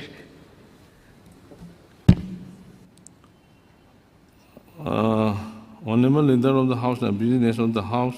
for the week announced to begin. Honorable Speaker, sir, I beg to announce the business of the house for the week. Agenda number 3, paper 2 be laid on the table. Honorable Chief Minister, the paper let to begin. Speaker, sir, I beg to lay the annual report of State Vigilance Commission, Manipur, for the year 2023 and 24 on the table of the House. Agenda number 4, calling attention. Honorable Member Shri K. Ranjit Singhana calling attention raised to begin. तारचरे sir sir Manipur फोंबा नुक्तिगी फोंबा हुयल लंपाव हाइजब तारे newspaper दा चतखिबा जुलाई थागी तांग 18 दा फोंबा अदुगुंबा हुयल लंपाव दुदा यामना नुंगाइतबा पाव हाइब तारे सर आइना कॉलिंग अटेंशन से अंडर रूल नंबर 77 की मखादा मूव तौजरी सर सुमाइना हेडिंग दा यावे रिलीफ कैम्प दा लैरखिबा अहल अमा सुसीरे DC दा पोलोइबदा चंगदबा सेल तेंबांग बियु हाइरुबदा पिरक्तबदगी मियामना खाइगतनरगा पोलोइखरे बसी यामना नुंगाइतबा हाइबा ताय सा आई ममांगी सेशन दा सुबसी आई सिगुंबा लाइबक थिबा थौदोक्सि थोलपा कांदा सरकारना करिगुंबा पॉलिसी अमगी मखादा करिगुंबा खरा पाइखत पिनबा तौबियो हाइबसी ममांगी नमित मंगानी दुदसो आई मतम लौरगा हाइजखिबने दुबु लौबीगिद्रा सर मसी याम नुंगाइते सर पाउसी सिदा सोमाइना रिपोर्ट तौई हौखिबा जुलाई थासिदा सर अखोइगी कोक्टागी सेरिकल्चर फार्म की कैंपस दा साबा फैब्रिकेटेड हाउस दा चुराचांदपुर तुइबोंगदगी लांजेनरक्तुना लैरखिबा प्रेम कुमार कौबा मियोय अमा यामना नहा ओरिबा अमा मसा मतोमदा वखलगी लैना लाकपदगी थौरी यालगा सिग्रे हन रिपोर्ट तौरी सा जुलाई था मनुंग सिदनी सा अंड्रो PS की मनुंग चनबा यामबेम गर्ल हॉस्टेल दा हांगब रिलीफ कैम्प दा लैरखिबी मसागी सही मरफू निपान लोब सुरबी लाइखोंग मनिंग लेकायदगी खुंद्राकपम कुमुदुनी लैमा कौबी नुपी अमसु वखलगी लैना लाक्तना लैखिद्रे सा मसिगी मथक्ता सर अखोइगी मोइरांग दा हांगबा रिलीफ कैम्प अमदसु यामना नहा ओरिबा मागी नुपी अंगांग दि लैरबा अदुगुंबा नहा अमा थौरी यालगा सिगे तौरमबदगी रिलीफ कैम्प दुदा लैरिबा मियामना थेंगनबदगी कलहौई हाइबगी वाथोक लैखरे दुना सुमाइना रिपोर्ट तौरी सा रिलीफ कैम्प से अखोइगी बैतरानी तुरेल ओइरकले हाइदना प्रेस न मसिदा सा रिपोर्ट तौरी मरक सिदा सा यामना हुजिकी लैखिदबा अहन संस्कार तौबा ngमखिदबा हाइबा तारे मसि मोइरांग खुनौ ममांग साबल मानदोक रिलीफ कैम्प दा चंगजफम लौदना लैरकपा मसागी चही हुमबुद्रागो हुमदोई सुरबा फौगाकचाउ इखाई मखा लैकाइदगी अहैबम इबोतोंबी कौबा अहल अमसु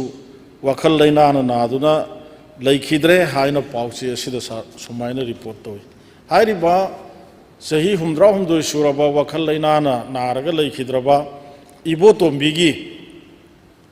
सिगी संस्कार तौबगी मथौ मंगम तौबगी मतांगदनी खबर तौरिस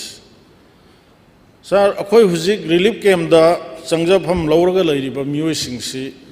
गवर्नमेंट ऑफ मणिपुर सरकार ना सिंबीरगा सर मसी लैरिबनी अदुना सरकार की कस्टडी दे लैबगा चप माने मरम अदुना सरकार की कस्टडी दे लैरिबा लाइबक थीरबा अदुगुंबा लांजेनरिबा डिस्प्लेस पर्सन सिंगसी अफफतगी दायित्व से सर आई सरकार ना पुफम थोय हन लवे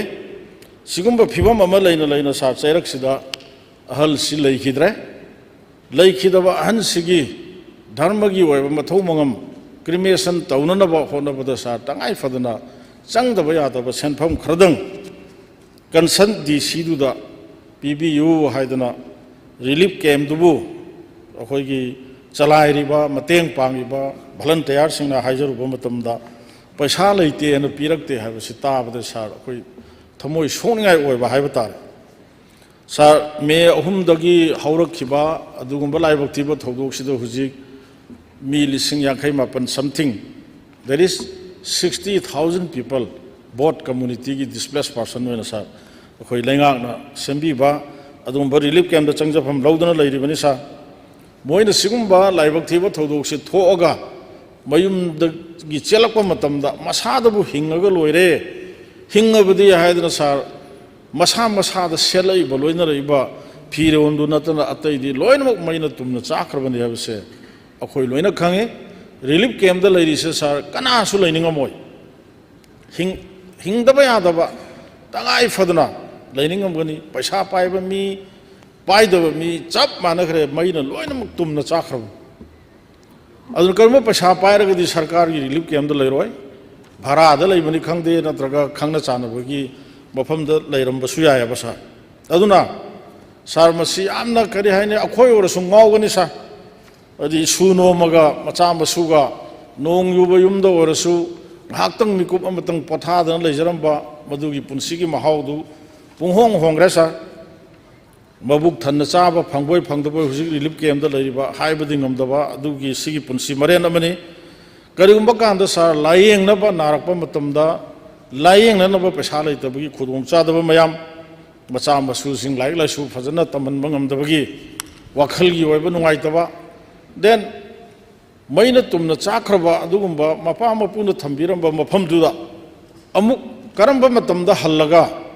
ꯑꯩꯈꯣꯏꯕꯨ ꯀꯔꯝꯍꯥꯏꯅ ꯑꯃꯨꯛ ꯍꯟꯅ ꯂꯩꯕ ꯉꯝꯈꯤꯒꯗ꯭ꯔꯥ ꯍꯥꯏꯕꯒꯤ ꯁꯤꯒꯨꯝꯕ ꯋꯥꯈꯜ ꯅꯨꯡꯉꯥꯏꯇꯕ ꯃꯌꯥꯝꯁꯤꯅ ꯃꯔꯝ ꯑꯣꯏꯔꯒ ꯁꯥꯔ ꯑꯩꯈꯣꯏ ꯍꯥꯎꯁꯇ ꯐꯝꯃꯤꯕ ꯃꯦꯝꯕꯔ ꯈꯨꯗꯤꯡꯃꯛ ꯑꯣꯏꯔꯒꯁꯨ ꯋꯥꯈꯜ ꯂꯩꯅꯥ ꯅꯥꯗꯕ ꯑꯃꯠꯇ ꯌꯥꯎꯔꯣꯏ ꯁ꯭ꯋꯥꯏꯒꯤ ꯑꯦꯔꯤꯌꯥꯁꯤꯗ ꯑꯩꯅ ꯁꯔꯀꯥꯔꯒꯤ ꯑꯦꯇꯦꯟꯁꯟ ꯗ꯭ꯔꯣ ꯇꯧꯖꯅꯤꯡꯉꯤꯕꯁꯦ ꯁꯥꯔꯒꯤ ꯊ꯭ꯔꯨꯗ ꯑꯩꯈꯣꯏꯅ ꯁꯥꯔ ꯅꯥꯔꯛ ꯌꯦꯛꯂꯛꯄ ꯃꯇꯝꯗ ꯑꯩꯈꯣꯏꯒꯤ ꯁꯔꯀꯥꯔꯒꯤ ꯍꯦꯜꯊꯀꯤ ꯀꯥꯔꯗ ꯄꯤꯔꯤ ꯑꯗꯨꯒ ꯄ꯭ꯔꯥꯏꯝ ꯃꯤꯅꯤꯁꯇꯔꯒꯤ ꯑꯗꯨꯒꯨꯝꯕ ꯚꯥꯔꯠꯀꯤ ꯄ꯭ꯔꯥꯏꯝ ꯃꯤꯅꯤꯁꯇꯔꯒꯤ ꯑꯌꯨꯁꯃꯥꯟ ꯚꯥꯔꯠ ꯀꯥꯔꯗ ꯄꯤꯔꯤ ꯃꯗꯨꯅ ꯂꯥꯏꯌꯦꯡꯖꯒꯅꯤ ꯍꯥꯏꯗꯅ ꯂꯩꯕꯗꯧꯅ ꯇꯧꯕꯁꯤ ꯃꯁꯤ ꯆꯨꯝꯃꯣꯏ ꯀꯥꯔꯗꯁꯤ ꯁꯥꯔ ꯑꯩꯈꯣꯏ ꯃꯌꯥꯝꯅ ꯈꯪꯉꯤ ꯑꯅꯥꯕ ꯃꯈꯜ ꯇꯣꯉꯥꯟ ꯇꯣꯉꯥꯟꯕ ꯂꯩꯅꯥꯒꯤ ꯄꯩꯁꯥ ꯑꯁꯨꯛꯇꯒꯤ ꯍꯦꯟꯅ ꯆꯠꯄ ꯌꯥꯗꯦ ꯍꯥꯏꯕ ꯂꯤꯃꯤꯇꯦꯁꯟ ꯂꯩ ꯃꯗꯨ ꯑꯩꯒꯤ ꯀꯦꯟꯗ꯭ꯔꯗ ꯊꯧꯗꯣꯛ ꯀꯌꯥ ꯑꯃ ꯊꯣꯛꯈ꯭ꯔꯦ ꯑꯁꯤꯕ ꯀꯌా ꯑꯃ ꯌꯥꯎꯈ꯭ꯔꯦ ꯑꯅꯥꯕ ꯀꯌా ꯑꯃ ꯀꯟꯈ꯭ꯔꯦ ꯃꯗꯨꯗ ꯑꯩ ꯃꯨꯟꯅ ꯈꯪꯕꯅꯤ ꯁꯥꯔ ꯑꯗꯨꯅ ꯂꯨꯔꯤꯕꯗꯤ ꯒꯣꯔꯃꯦꯟꯅ ꯀꯥꯔꯗ ꯄꯤꯔꯤꯕꯗꯨꯅ ꯂꯥꯏꯌꯦꯡꯖꯒꯅꯤ ꯍꯥꯏꯗꯅ ꯂꯥꯏꯊꯣꯛꯑꯒ ꯂꯩꯕꯁꯤꯗꯤ ꯁꯥꯔ ꯃꯁꯤ ꯑꯩ ꯇꯧꯍꯟꯅꯤꯡꯗꯦ ꯍꯤꯗꯥꯛ ꯀꯗꯥꯏꯗꯒꯤ ꯂꯩꯒꯅꯤ ꯑꯅꯥꯕ ꯌꯦꯡꯕ ꯆꯠꯄ ꯀꯥꯟꯗ ꯃꯗꯨꯗ ꯆꯠꯅꯅꯕꯒꯤ ꯑꯦꯛꯁꯄꯦꯟꯗꯤꯆꯔ ꯀꯗꯥꯏꯗꯒꯤ ꯂꯧꯔꯨꯒꯅꯤ ꯍꯥꯎꯁꯤꯗꯗꯤ ꯊꯝꯕꯤꯈ꯭ꯔꯦ ꯃꯤ ꯑꯃꯗ ꯂꯨꯄꯥ 1,000 ꯍꯧꯖꯤꯛꯀꯥꯟꯒꯤ 1,000 ꯀꯩꯗꯧꯔꯨꯅꯤ ꯊꯥ 15 ꯁꯨꯖꯜꯂꯦ ꯑꯗꯨꯅ ꯁꯥꯔ ꯑꯩꯅ ꯁꯨꯃꯥꯏꯅ ꯊꯝꯖꯅꯤꯡꯉꯤ ꯁꯤꯒꯨꯝꯕ ꯊꯧꯗꯣꯛꯁꯤꯡꯁꯦ ꯊꯣꯛꯂꯛꯄ ꯃꯇꯝꯗ ꯍꯥꯏꯗꯤ ꯑꯋꯥꯕ ꯃꯥꯌꯣꯛꯅꯗꯅꯕ ꯁꯔꯀꯥꯔꯁꯤꯅ ꯀꯔꯤ ꯀꯔꯤ ꯄꯣꯂꯤꯁꯤ ꯄꯥꯏꯈꯠꯂꯤ ꯁꯤꯃ ꯑꯩ ꯍꯪꯅꯤꯡꯉꯤ ꯁꯥꯔ ꯗꯤ ꯁꯤꯅ ꯑꯁꯤꯕ ꯈꯨꯗꯤꯡꯃꯛ ꯗꯤ ꯁꯤꯒꯤ ꯄꯣꯀꯦꯠꯇꯒꯤ ꯄꯩꯁꯥ ꯄꯨꯊꯣꯛꯑꯒ ꯃꯊꯧ ꯃꯉꯝ ꯇꯧ ꯁꯪꯁꯀꯥꯔ ꯇꯧꯗꯅ ꯄꯤꯕ ꯍꯥꯏꯁꯦ ꯁꯥꯔ ꯃꯗꯨ ꯄꯤꯕ ꯉꯝꯃꯣꯏ ꯗꯤ ꯁꯤ ꯑꯣꯏꯔꯦ ꯍꯥꯏꯗꯅ ꯃꯗꯨ ꯑꯣꯏꯔꯣꯏ ꯃꯗꯨ ꯄꯤꯅꯅꯕꯒꯤꯗꯃꯛꯇ ꯁꯔꯀꯥꯔꯒꯤ ꯇꯣꯉꯥꯟꯕ ꯄꯣꯂꯤꯁꯤ ꯑꯃ ꯑꯩꯈꯣꯏ ꯁꯦꯝꯕꯤꯕ ꯇꯥꯏ ꯍꯥꯏꯅ ꯑꯩ ꯈꯪꯅꯤꯡꯉꯤ ꯑꯗꯨꯅ ꯁꯤꯒꯨꯝꯕ ꯂꯥꯏꯕꯛ ꯊꯤꯕ ꯊꯧꯗꯣꯛꯁꯦ ꯃꯁꯤ ꯃꯤꯑꯣꯏꯕ ꯍꯥꯏꯕꯁꯤꯗꯤ ꯁꯥꯔ ꯁꯤꯕ ꯅꯥꯕ ꯍꯥꯏꯁꯤꯗꯤ ꯂꯃꯟ ꯇꯣꯟꯗꯅ ꯂꯩꯔꯒꯨꯝꯕꯅꯤ ꯑꯩꯈꯣꯏ ꯁꯤꯗ ꯐꯝꯃꯤꯕ ꯃꯤꯄꯨꯝ ꯈꯨꯗꯤꯡꯃꯛ ꯅꯣꯡꯃꯗꯤ ꯂꯣꯏꯅ ꯆꯠꯀꯗꯧꯔꯤꯕꯅꯤ ꯑꯩꯈꯣꯏ ꯃꯇꯝꯒꯤ ꯋꯥꯅꯤ ꯀ꯭ꯋꯦꯁꯟ ꯑꯣꯐ ꯇꯥꯏꯝ ꯑꯗꯨꯕꯨ ꯁꯥꯔ ꯍꯧꯖꯤꯛ ꯂꯥꯏꯕꯛ ꯊꯤꯕ ꯊꯧꯗꯣꯛꯁꯤꯗ ꯂꯥꯟꯖꯦꯟꯅꯔꯒ ꯔꯤꯂꯤꯐ ꯀꯦꯝꯗ ꯂꯩꯔꯤꯕꯁꯤꯡ ꯑꯁꯤꯗꯤ ꯁꯥꯔ ꯏꯁꯣꯔꯅ ꯄꯤꯔꯛꯄ ꯃꯇꯝ ꯌꯧꯗ꯭ꯔꯤꯉꯩꯗ ꯁꯦ ꯃꯁꯥ ꯃꯇꯣꯝꯗ ꯁꯨꯏꯁꯥꯏꯠ ꯇꯧꯕ ꯌꯥꯎꯈ꯭ꯔꯦ ꯁꯤꯅꯅꯕ ꯍꯣꯠꯅꯔꯝꯕ ꯌꯥꯎꯈ꯭ರೆ ꯃꯤꯑꯣꯏ ꯀꯌꯥ ꯖꯨꯂꯥꯏ ꯊꯥꯁꯤꯗ ꯊꯣꯛꯈꯤꯕ ꯃꯃꯥꯡꯗ ꯊꯣꯛꯈꯤꯕ ꯃꯌꯥꯝ ꯑꯃ ꯑꯩꯒꯤ ꯀꯦꯟꯗ꯭ꯔꯃꯛꯇꯗ ꯃꯤ 10ꯒꯤ ꯃꯊꯛꯇ ꯂꯩꯈꯤꯗ꯭ꯔꯦ ꯁꯥꯔ ꯅꯍꯥ ꯑꯣꯏꯔꯤꯕ ꯀꯌꯥ ꯋꯥꯈꯜꯅ ꯂꯩꯅꯥ ꯑꯣꯏꯔꯛꯄꯗꯒꯤ ꯃꯁꯤ ꯈꯜꯂꯨꯔꯒ ꯌꯥꯝꯅ ꯅꯨꯡꯉꯥꯏꯇꯦ ꯑꯗꯨꯅ ꯑꯩꯅ ꯍꯧꯖꯤꯛ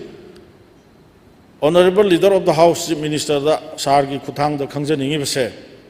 ꯂꯥꯏꯕꯛ ꯊꯤꯕ ꯊꯧꯗꯣꯛꯁꯤ ꯊꯣꯛꯏ ꯂꯣꯏꯗ꯭ꯔꯤ ꯑꯗꯨꯕꯨ ꯁꯤꯒꯨꯝꯕ ꯊꯧꯗꯣꯛ ꯍꯥꯏꯕꯗꯤ ꯑꯁꯤ ꯑꯅꯥ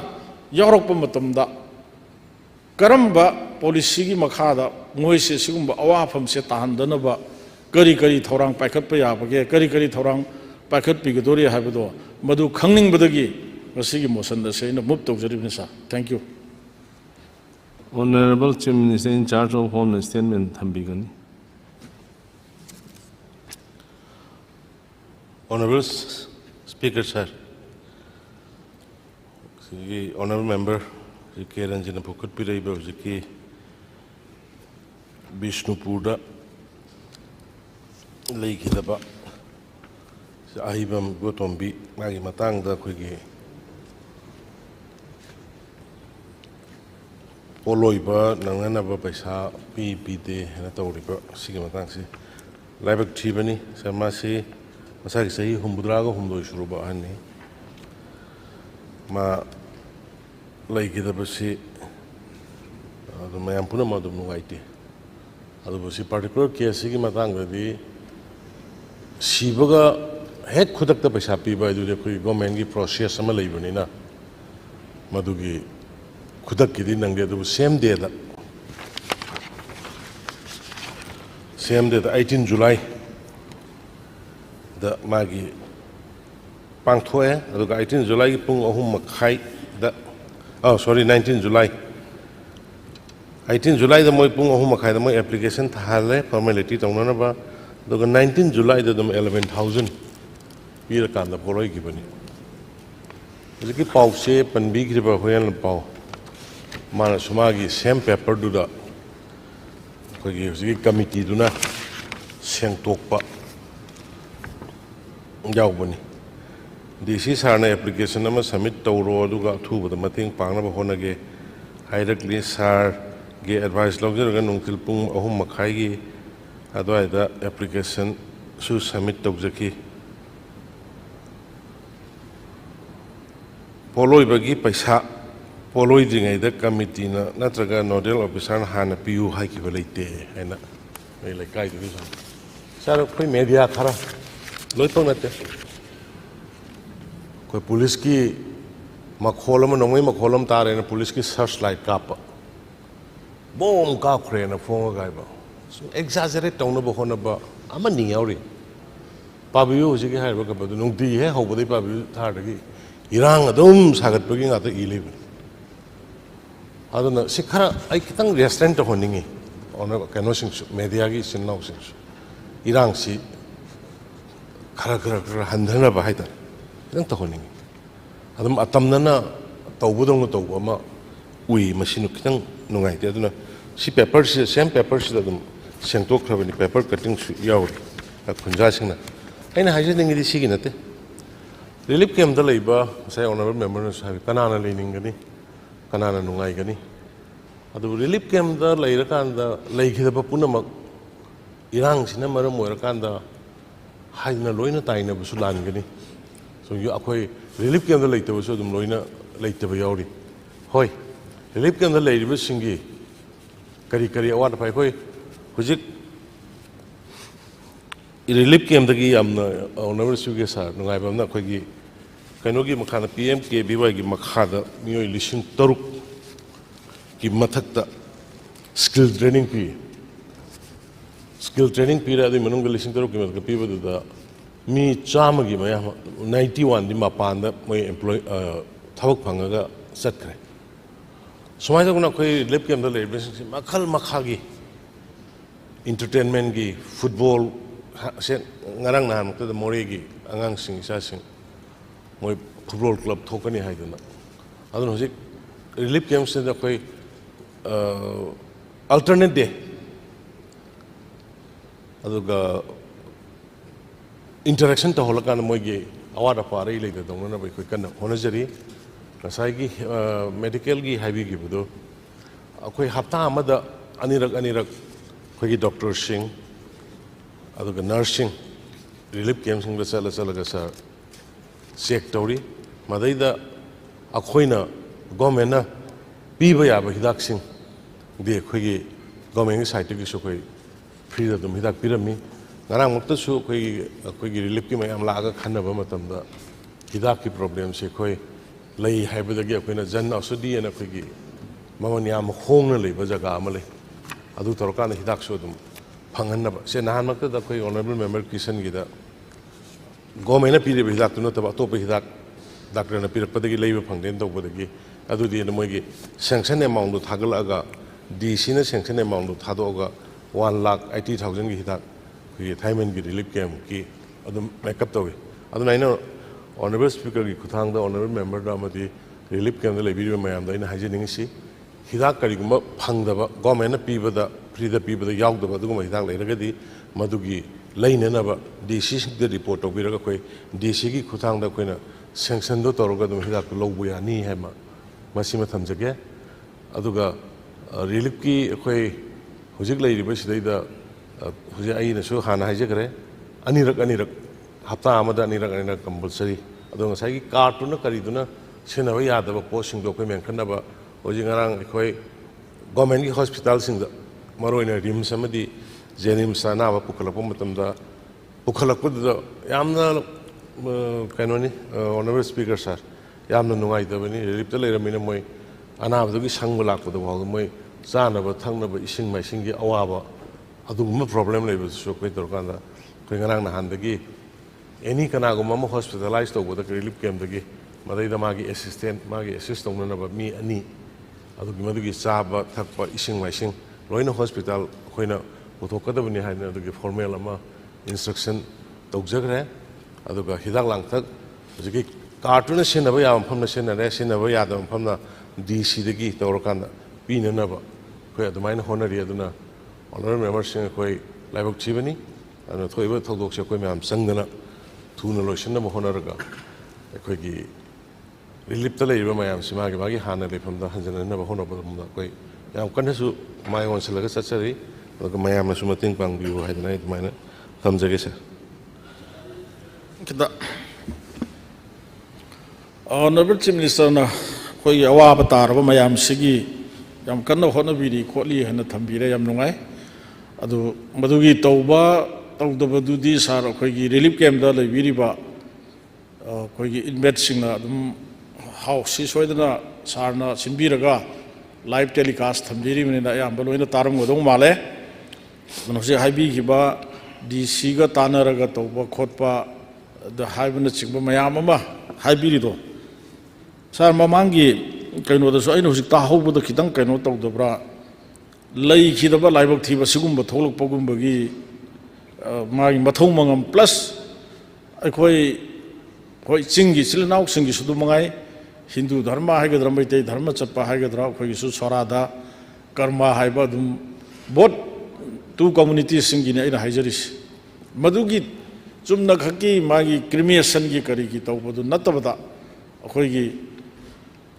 Crimea San plus my Karma, says Sarada, lady, Ama lady, Mamingi or Ragasusa, a Koi ID Sasi, effect of a game to give Emele Manina. Munna Kangisar, relief came the Hidaba Mitara Hele, Madu relief came Bu Hazana, Kanoto Biriba,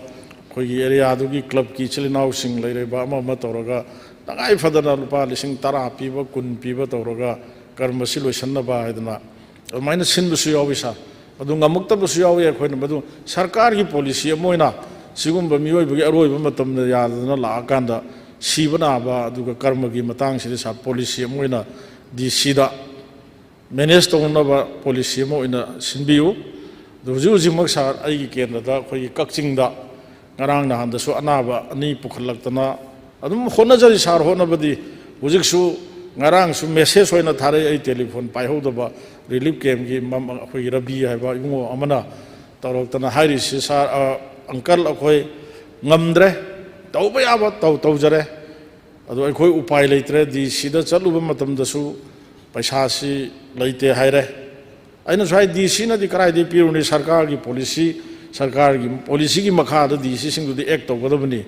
hadana sigumba honorable chief minister na di yamna thambiri DC ga tanaraga tawraga kholaga di habiri adu DC da chalu bukanda si pot se thabo oina pangthok na bo hona bada DC gi respond do somdagi di hairaga su asomdadi respond do phattaba so I am clear to view Aduga in a Hariba, Mio Bagimatam, Lower Kanda, Awam Maraksida later Kanda, Karmagi, Karigi, Matomam, Tonabagi, Policy Magi Makada sit only have the house is the Tabuya, Saradukatam Tamzagi.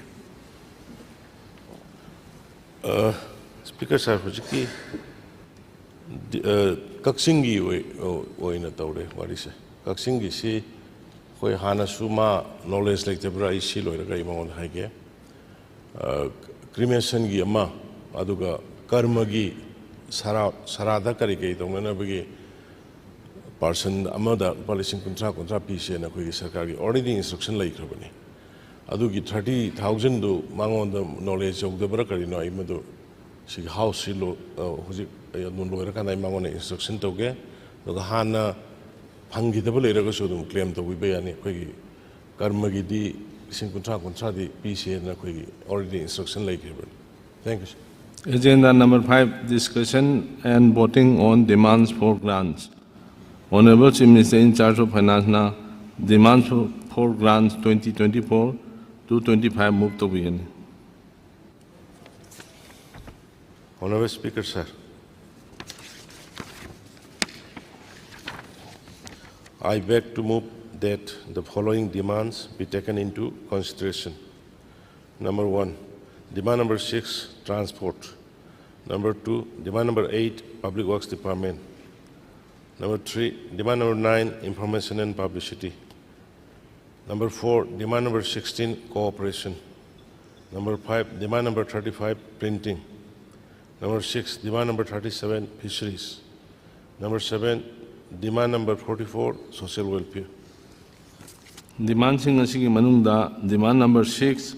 8, 9 amasung 44 the honorable members sing Sri Surya Kumar Okram, Sri K. Ranjit Singh,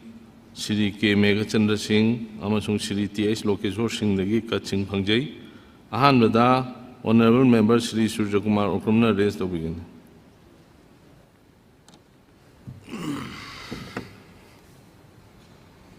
Sir, demand number 6, transport kita sir, main oina concern laibise sir, ay mamang dasu toina pukhatsabni sir. Hoy, maru oina Manipur si, hoy ki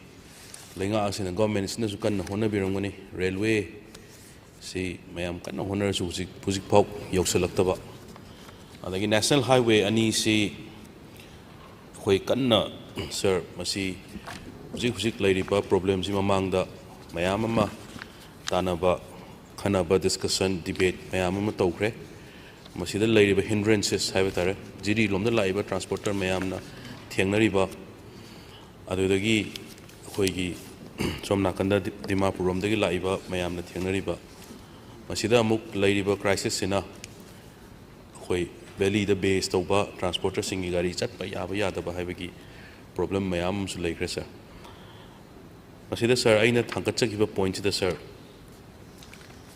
hoy air travel tauba mayam singsi airport gi satlaga air travel tawriba mayam singsi ki hairiba airlines ki company singsina lepning ma matamda akhoi sahi mehena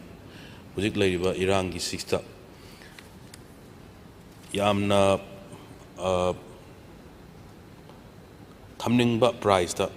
mi khara yamna passenger khara yamna hek laagana ngasi ki week sida ngarang nahan khata sidagi Manipur to Guwahati chatpasi apa lising anihum piram je lising manga tara hekta semning mong te semba sir Delhi dagi chatpa to mafam da honorable leader of the house ngarang nahan ju thambirame exam thaba matam da nit ki exam thaba hujikti amuk hale e na koi Manipur thaba yarane na nungaiba pawm ju thambigre adu yadringai matam da di chhatra chhatri sing se sir ticket phangdana makha da chatlaga ayuk din nungdang khangdana makha da chatpai kamaina yagani somna khandagi makha da chatpai yadramne haiba sorry somna khandagi atopa state ta pairaga kamaina amuk connecting kamaina logane na yamna wana giba matam mumsu leiba sir aduna sir transport ki sida sir aina thamjaning bisi hoi sigumba situation lakpa matam leiragadi hoi gi civil aviation ministry dagi ni khangde natraga leiba central kainosina central government na masida intervene tobiu matam chan haibetare hoi kaino pihoro maina hengkaning maman hengkap the base price ama maru aina layeng ma chatliba laita laira sing mayam amna wana mayum banan thamto oga sen purga chatliba mayam sing satra satri mayam sing upai laita na chatpa mayam pekha thaba mayam sing sigi yenga sigumba circumstances mayam se lakpa matam dadi sir akhoi base price amada tohum thokpra na Manipur di maru aina akhoi sidagi kaino leirisi akhoi gi airplane gi air facilities sinarga tobu ngaktani na masi government gi kari policy program leibibage leitragadi akhoi leiriba sida mayam law ma natragana policy ma semaga sigumba situation lakpa taragadi airlines na akhoi dagi khudong saba hena lobuse lawdanaba kari policy program pakhat pibagadaba leibage haibadu matang sir ai thamjaningi ani subata sir demand number 37 sir sida ai katti thangachagi de sir doi observation khidang thamjage sir अखोई sir अइना ngarang han Honorable member kaigumta haise hoge bukko. Thambadi thambiyo ba. Sir, I minute mga paroi sir. Oh, Point naman sir. Ay na thamasi sir. At yam sang na di thamjadam nito sir. Ay point na ngakta chabani sir. Ay ngarang han newspaper da sir thengna jabada akhoi gi Manipur gi mamang da su ay pukhatsakim honorable member mayam na su pukhatsare Manipur gi fisheries habitare. Fishery demand number 37 fishery sida. Manipur si predominantly fish consumption state ni akhoi mayam da hu adum mayam da hainer ne akhoi gi akhoi ji vegetarian ni de hai ado akhoi vegetarian hai tara akhoi gi veg se fish ching and fish se maximum nga se loina mak sana bani na ado akhoi ngari number gi akhoi gi nga different types of fish have tara nga macha sing se akhoi Mapandagi pusalakpaji almost 180 crore gumba around 200 crore gumba gi nga si top state sing dagi lairaga pusal e haiba sir aduna masi akoi mamang da government sinasu Manipur gi fish consumption sigi fish production sigi self sufficient oinaba policy program am packet ki na hai sir do actual policy moina kamaina tawgadoge aina budget sida yengjaba matam da su sigumba policy si toraga akhoi gi fish production ji henkalan bagi hai tare state si sugyam na waraba matam sida financial constraint am leira matam sida sir sidagi 200 crore hen state sidagi thoki bhai se adoge plus aduna ngari sembagi nga phabo leibagi khatani ko aduna masi nga phabo si kamaina akoina kamaina yu oga kamaina akoi gi self sufficient oigadage habse masi expert sing mayam tanaraga akoi sir masi tawbada Manipur dagi chawgrba amount ma drain toriba chatli base sir masi gi policy ma government sina puthokhaningi aduga akoi gi Manipur gi huji consume toriba nga haibtare self sufficient oinaba hundreds and hundreds of crores haitare almost 400-500 crores Arang Hangi, Aigi, Kaikogi, article ma Pajabatu the Sir, money more than 500 crores and 1,000 crores and Satkibagi, Lairaga Manipuragi, Husik with Tenosida, Satkibagi lay and high sir, Masima, Polisima, Aduga Bajeta, Masida, Akoi, Genom Tang sir, a Tamza Haningi, Haidana sir, a Wafam Anihumji Pukatsabani sir, Aduga Aruiva point up, sir, all expenses sir, Patamchana Pangaktaba, Akoi, honorable member, Akoi Sil Ladybab. Honorable member opposition do or treasury bench do or labiriba mayam singsin hena ahalaman singje sir honorable speaker ki constituency su yawi rangani ahalaman singje sir mo matam chana akoi gi pension si phangden he akoi di si phangaga nongmagi cha thakpa nongmagi kanom ta chaba chai su mayam dagi haibu su kai ahan oisala amnina ano ba hapka do mayam singje sir huzik phoksi sir 2018-19 dagi sir ano hapka doji sir ano hapasi amata udaba sir masima government gi kari awat padagi no kari lai bagi no haibu mutang thambina ba adu huzik pokta pending all expension state ki bu oiro central ki scheme bu oiro kayam lai bu ge haibu mutang sir concerned minister na masim tang thambi ba yagadra haina sir ai thangatsabani honorable speaker na matang pra pibi dam tai thagatsari sir thank you Mathangda honorable member Shri K Ranjit Singh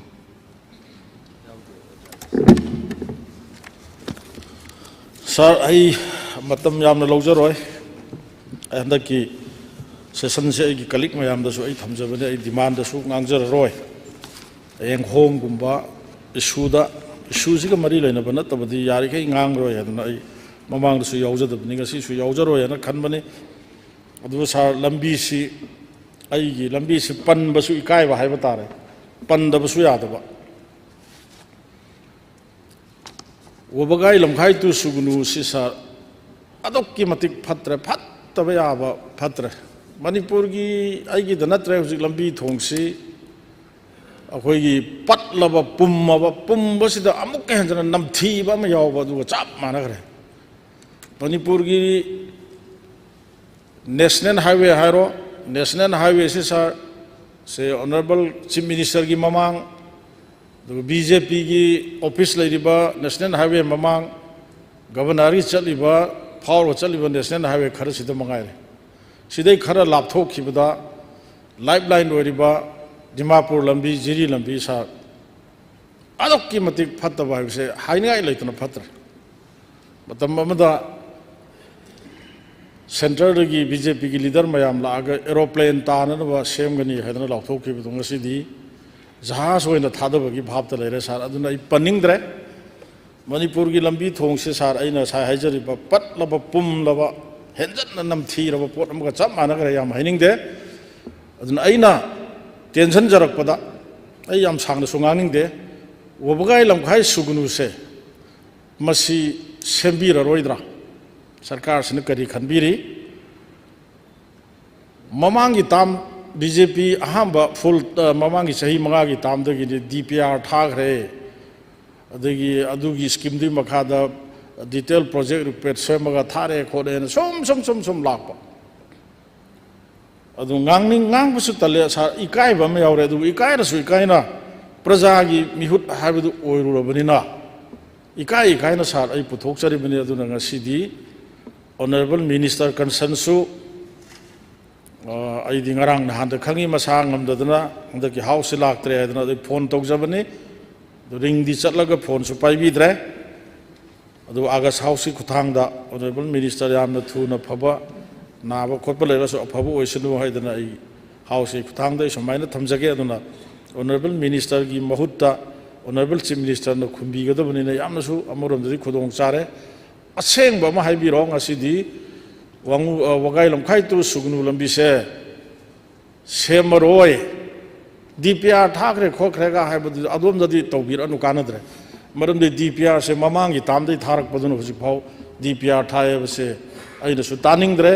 अइगी माइगेगी प्रजानसु तानिंगरोय अदुना हाउगिबा दसोई थमजखरे election the ओइरे election की campaign लाकपदसु लंबी सेंबंगम मीदी थागलक्तबनिना लंबी अदुम फत्तब ताय हना थंबिरमी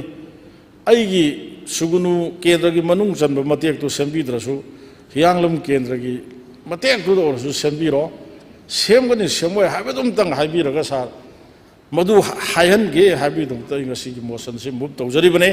सार मतम खर पीबीबे बतागचरी मथंगदा honourable member Shri K Meghchandra Singh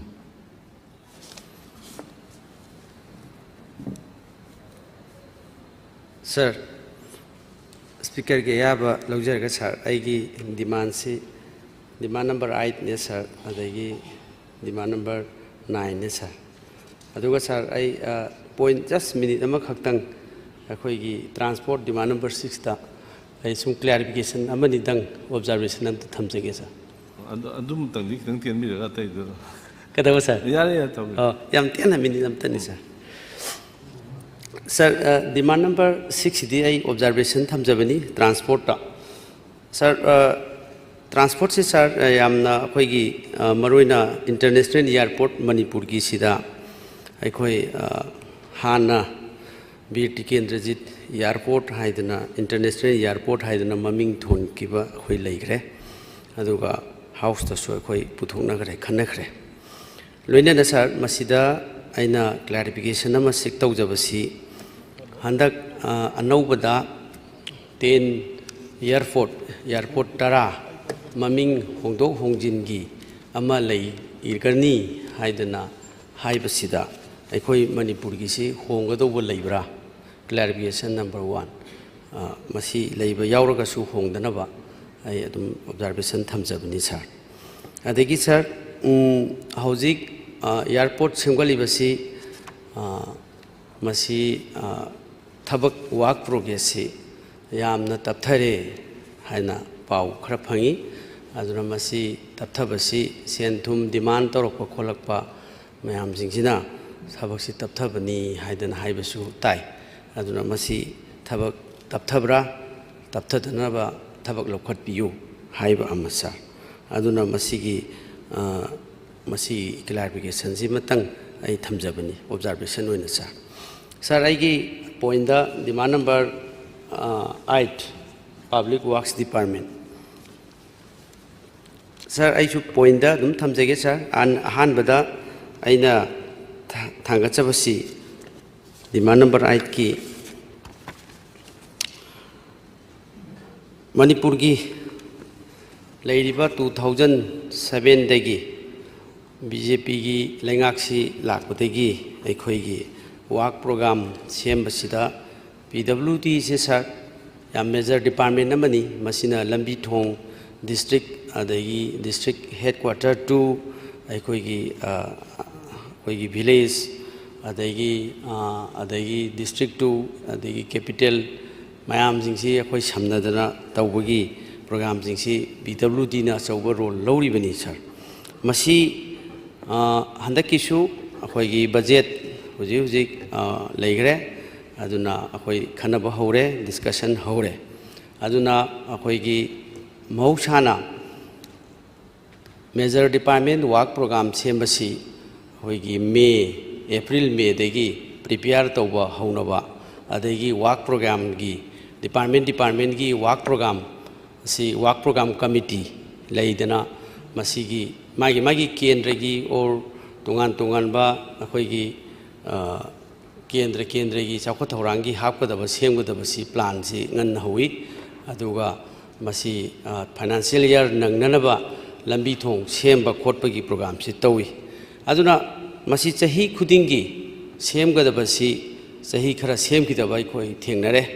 work programme सेममगा कखिबा खोटखिबसु लेरे मरम मसिना मणिपुर सिटी था तरुक नोंग ताई था तरुक नोंग तादबगुंबा स्टेट अमनी अदुना नोंग यामना ताबनीना लंबी थोंगसी खरा कायगनबसु अदुम लई मरम मसिना अखोईगी लंबी यादरे लंबी सेमद्रे हाइबसी मफम कुदिंगी बन ब्लॉकेट अदगी तौरक्पा अखोई टीवी दे खबर थेंगनी अदुना सपोज मरुइना इम्फाल यारिपोक्सी ngarian lambi imphal is fauro chatpa adagi imphal yaripoksi thawalomdagi chatpa ani si imphal yaripok ngarian fauro chatpasi ban si masing thingamduna tawgre sam akhoi marak ta honorable minister sing chalaga lambi semani khonle hairubdi lei adubu masi sahi biti phanam yam chale aduna masi deisida yamna lambi si nuai taba khotaba lei masi akhoi gi program semba siga mari leine rei अदुना programme सेमदबसी नमरम ओइरकांदा programme सेमब खोटपसीगी सुम तपथरकपा miss ओइखिबा सही एमा सुगुमबसिना डेवलपमेंट पाइखटपसी ngमदबा ओइरिब्रा मसी मदि ओइरगदी आइखोई लेंगाक असिना मसी करिगी प्रॉब्लम लै सेंटर देगी फन लाक्तबगिरा नत्रगा सुगुमबा मेजर डिपार्टमेंट सिंगसिदा सही खुदिंगी प्रोग्राम सेमगदबसी मसी वालकपा मिस ओइबा तौरईबसी मरम करिगिनो हाइबसी आई थमजनिंगी अदुगा मरुइना अतोप तोपा हुजिक मफम जगह सिंगसिदा डिस्ट्रिक्ट कनेक्टिंग रोड मैम सिंग अदगी विलेज कनेक्टिंग रोड मैम सिंगसी यामना फिभम चादना लेरे अदुना यारबदी प्रोग्राम सु सेमबियु प्रोग्राम मिस आउट तौबिगनु अदुना मसिगी मसी फेल ओइरिबसी प्रोग्राम सी पाइखननब तौबियु हाइना नंबर 1 आइगी डिमांड सिदा थमजरी sir Anisubada fails to complete the ongoing construction of the national highways and the trans-Asian highways undertaken by NSIDCL, National Highway Infrastructure Development Corporation Limited. Hairiba agency sina paikaliba mayam singsida. Sir maruina problem si aikoigi package ti yauriba mayam singsi matam chana लोइसनदबा मसी आइना example लोइना खरा थमजरबदे sir Imphal Jiribam road मसी कुइरे पाइखलिस Sargi government सिना अखोई 2017 दे लाखपो मतमदा अखोई इम्फाल जिरीबाम की यामना फ्रोलोंग अखोईगी मसीगी inconvenience Lakhpa सही खुदिंगी अखोईगी मसी essential commodity पुबा transporter में आम सिंगसिगी अवाबा underground मायोगनबगी अवाबदगी लंबी की problem अमसु थेंगनबसी अदुम लेबसिदा Sargi अखोईगी double engine government सी लाखपदा 2017 दा हाइखिबा यामना फजबा यामना थ्रिलिंग ओइबा यामना फजबा पॉजिटिव अखोईगी एस्पेक्ट मैम अमा हाइबिखिबा लेरिबदी करिनो हाइबदा इम्फाल जिरीबाम रोड सी फ्लाइट लैंडिंग कंडीशन दा ꯁꯦꯝꯃꯒꯅꯤ ꯍꯥꯏꯅ ꯂꯥꯎꯊꯣꯛꯈꯤꯕ even the union minister nabak laukthokhiba masa yauraga laukthokhiba honorable leader of the house na haikiba lei aduna sir masi haujik sahi si yam chale adegi center da su fund marang kaina akhoi pibagi wafam ji lei adubu masi leiriba paikhaliba akhoi agency sina paikhatabaira government initiative laudabaira adegi amasigi awaba mayam singsidi law and order gi awaba sida lambi fasilaktabagi awaba sida isida haujik oiriba Imphal Jiribam Road City JCB loading condition ki type to lakpo JCB ta adragadi chatpayadaba aduna masigi awaba mayam se thengnei sir masima karamba kanda masigi athuna yamna thuna losin bigidegi haibasi parjana pami khangba aikhoina su pami khangba sir loinena NSIDCL na paikhali basida Imphal Ulkhul Jesami Road masisu अखोगी honourable MLA Singh उर्खुलगी अखोगी मिंगोइन पंजद्रबसु मखोइनसु paper दा करिदा हाकिबा प्रजा मयाम सिंगसु अखोगी उर्खुलगी डेली न्यूज मयाम सिंगसिदा थागलक मयाम सिंगसि पारुबा सोशल मीडिया दा पारुबा मतमदा इम्फाल उर्खुल जेसामी जिसु थबकसी प्रोग्रेस से सुंगलै लैत्रबा अदगी मसिदा हाइरिबसी contractor amada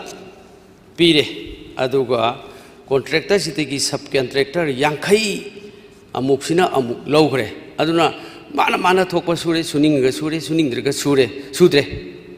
admai tawduna thabak sigi progress sima sungu udre haidana Imphal Urkhul Jesami road sisu leiba masisu time bound matamdi henjalaba aduna masi kari phibam da lei ayamna maru oiba aikhoigi karigumba kanda senapati tegi Jesami rom sida Urkhul laaga sida su akhoi national highway gi connecting section khara lei adudagi amuk lambi se semagadi amuk Urkhul dagi amuk Jesami rom da mathang district myam se satki gi dawa Nagaland ta gi dawa mayam amasu masi thabak se paikhatana loisan dadana progress leitadana leiba adagi sir amana Imphal Dimapur Road sisu angakpa phibam da leire masisu haujiki oina di irang hina chatpa yada khota leirabasu atopa chatpa yaba khopa mayam jingsu masigi section leiriba mayam singche masi progress leite aduga irang se thoktringai dai khoina Dimapur baksi by road ta chatpa khotpa sida Dimapur hek Manipur lan thokhibadana NSIDCL sisu masi mathau phajana tawwa ui adagi yamna adigi quality maintain tawu ui Manipur da changa khrabadi NSIDCL su karisu loina akhoi masi mahi chenba dawna tawba adagi pura collapse tawu dawna tawsi NSIDCL su kramai tawu jano khangdi aduna Imphal Dimapur sisu kari phibam da lei haujik progress kari lei masi su thuna losinbagi pandamsi karam kanda thamibage haibasisu khangningi sa loinana Imphal More sisu aikogi Trans Asian Highway ema hangdurei adagi hangdurei base koi punomaki laibok phabani masigi look east tagi ek east lae ek east tagi amuk akogi Indo Myanmar Trade ki center lai adagi Kaladan project aikogi lane road ta aikogi masi India gi oina lane connecting road si masina khwai chawba mo oibani adagi amuk on the other side hairiba masigi Kaladan project sigi leiribasi akoigi amuk by sea road tasu Kaladan dagi Kolkata satkiba dagi somdana lane road si akoigi masi achauba program si akoigi irang su feloi leire adagi leiriba khara haujik sengotkiba khara sisu masigi magi sengotpa hek loikibaga fajana quality si udaba adagi ninghairakpa sorok mayai da crack chalakpa aduga pak sen ninghairakpa yaukiba ikhoi thengnakhre aduna masigi si Imphal More section gi sisu masi progress si kayam leire haibana sing sisu khangningi sa aduna masigi point ani ahum sidai sida akhoi works ki si amuk kano taujage aduga akhoi amuk tongana hayeng honorable works minister na pibiraba matungda amuk akhoi amuk khara matam lawjage sir. Demand number sir 9, information and publicity. Masi sir ai question number khak thamjabani. Aina thamjabasi sir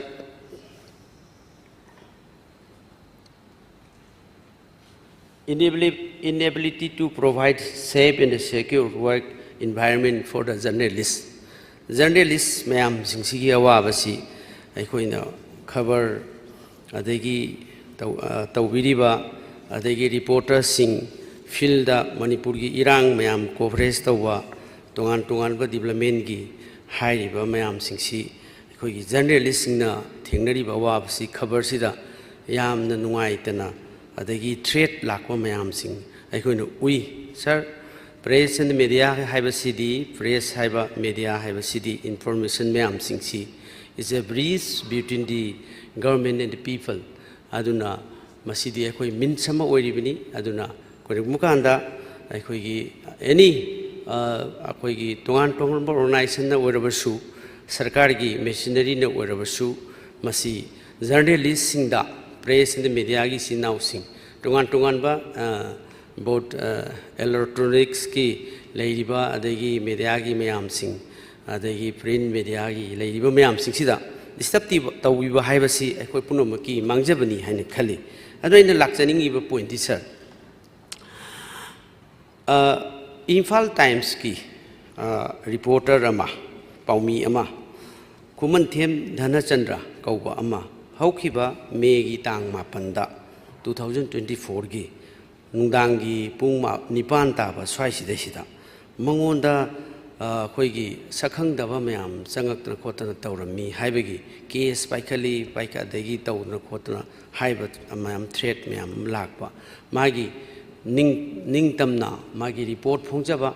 adagi constitution gi piba aikhoigi hak mayam sing press ne media gi sinau sing journalist mayam paumi mayam na tawjariba mayam sing si asoi balera su khot balaiba amambagi natana makoida disturb tawbiba khopa haiba sidi nuaite kanano kari nu khangdi khangbudi adu masi kari action lakhot piri amasung measures lakhot piri akoigi journalist paumi myam singche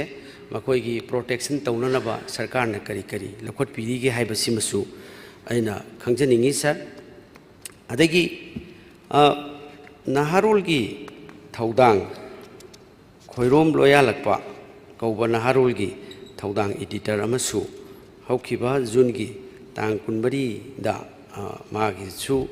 kihalamba matungda adagi tanarakpa adagi yumda nongmai kapsalamba kholamba yawi haidana sumai tawduna makhan kaya thengnari amasung khabar singdat akoina thengnabadu dagi aina sum hangjarakpani kananu karino di khangde sarkar na masi kari action lakhot pire adagi kari investigation tawbire haibadu khangjani ni sir loidena handak haukiba August ki tangwanda aina khabar da thengnabadadi haiba police personnel du suspend tawgre haibadi tai adubu RC mangangcha Romesh Chandra kauba reporter ma Impact TV gi sum mathang yamna peaceful loiba rally ama satpada adagi yamna magi democratic hak adagi mayam chachabada adagi ma report khomna nabo honabada mangonda phubi khopi bataw khopi badu ekhoina thengna khre I thokpa khotpa mayam adubu masi thengba su thengna mai action khar lakhut ki besi su thagatsai loina na sir masugumba journalist adagi tongan ba reporter singda tawbasi sarkar na masi measure lakhut piu aduga makhoisi yamna khoigi democracy chatpa lebak sidadi makhoigi freedom of akhoigi reports adagi tongan ba statement mayam piba khotpasi makhoida yamna pibi gedabani freely pibi gedabani haibasi thamjaningi loinana India si press freedom index ta masi reporters without borders haina 2024 da akhoi fongi aduna India si maroina akhoi gi freedom मागी press की freedom से मसी यामना अदे quality अदगी threat ma'am अदगी media की freedom से पीबीदबसे मसी पृथ्वी की वना 180 दा 159 की सीरियल द लई अदुना फासना नॉर्वे गुंबद लई फ्रीडम से फजन प्रेस मीडिया की सिनाव सिंह पीबा खोटप मैम सिंह लई इंडिया की सी इंडिया एज ए होल अमसुंग इंक्लूडिंग मणिपुर मखोई की फ्रीडम से अखोइना मटपा अमसुंग थ्रेट तौबा लाइफ अटैक तौबा खोप मैम सिंह लईबसी अखोइना थेंगनै मसी पुनमंगना अखोइ पुनमकी कानबा प्रेस एंड मीडिया की अदगी रिपोर्टर सिंह जर्नलिस्ट मैम सिंह इजब खोलरबा मैम सिंह अखोइ पुनमकी डेमोक्रेसी की मपांगल कंखननबा ओपोजिशन दा मिट नाकोंग ओहनबा अदगी सरकार पाइरिबा मेशिनरी मैम सिंह मखोइना तौरोइदबा मैम अदगी लान तौरिबा मैम पुथोक्तुना मैम खंगहलगा आदि अफब थबक लाक्ननबा हाइबसी यामना मरु ओइबा अमनी अमदुननी अइना मसी मखोइदा तौरिबसी measures लखटपिरगा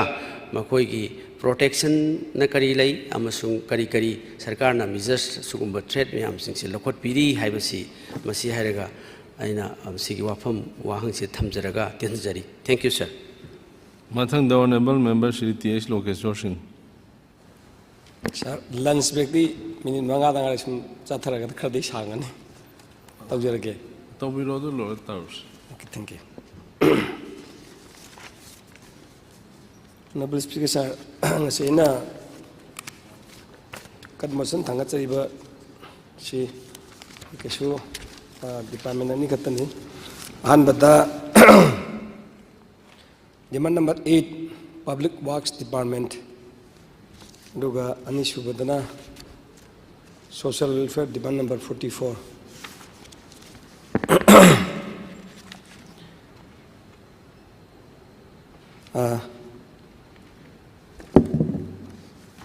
in पुगसरीबा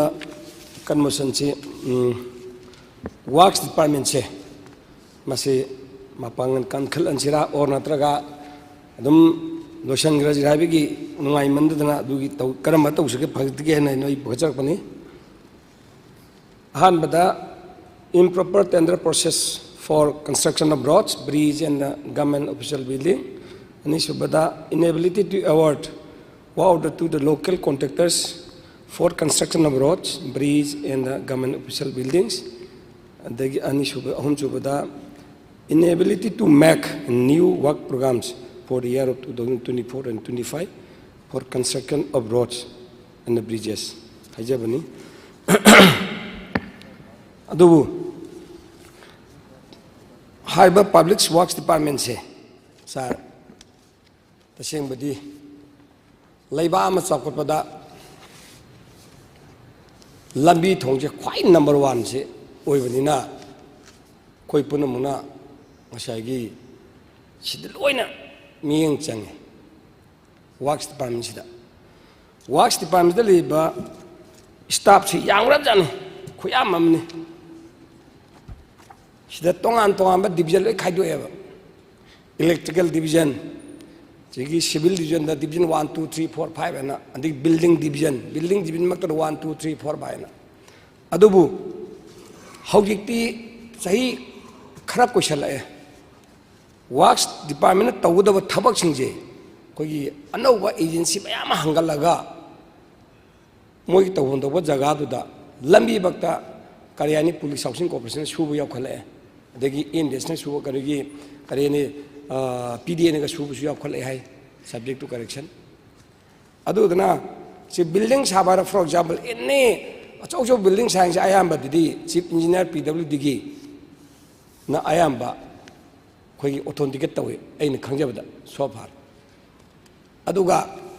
ngasagi agency mayama hange Kariatare. Ini department kuding hangun hange, hel kejo hange. Police Housing Corporation sina kamai to ge Police Housing Corporation speed mo gi guide pe du di whole home department ke mari lena ba building sing. Khatang. Haine ui kaya mu chumlang hore honorable leader Hobson Sundok kani. Then अदगी MDS हारो अखोगी करी हाइतारेने माना हेक दरकार लेबा अखोगी कनोगा अखोगी महत्व का दरकार लेबा हाइतारे अखोगी होल साबा पुखरी तौबा अदगी मचा मसु हाइतारेने अयामना लोई उबा सोसाइटी दु हाइबसे देन अदगी MTDC हारो मागी TD ग मरी लेना बिल्डिंग अदगी मागी हेक मदु मरी लेना मैक्सिमम हाइबा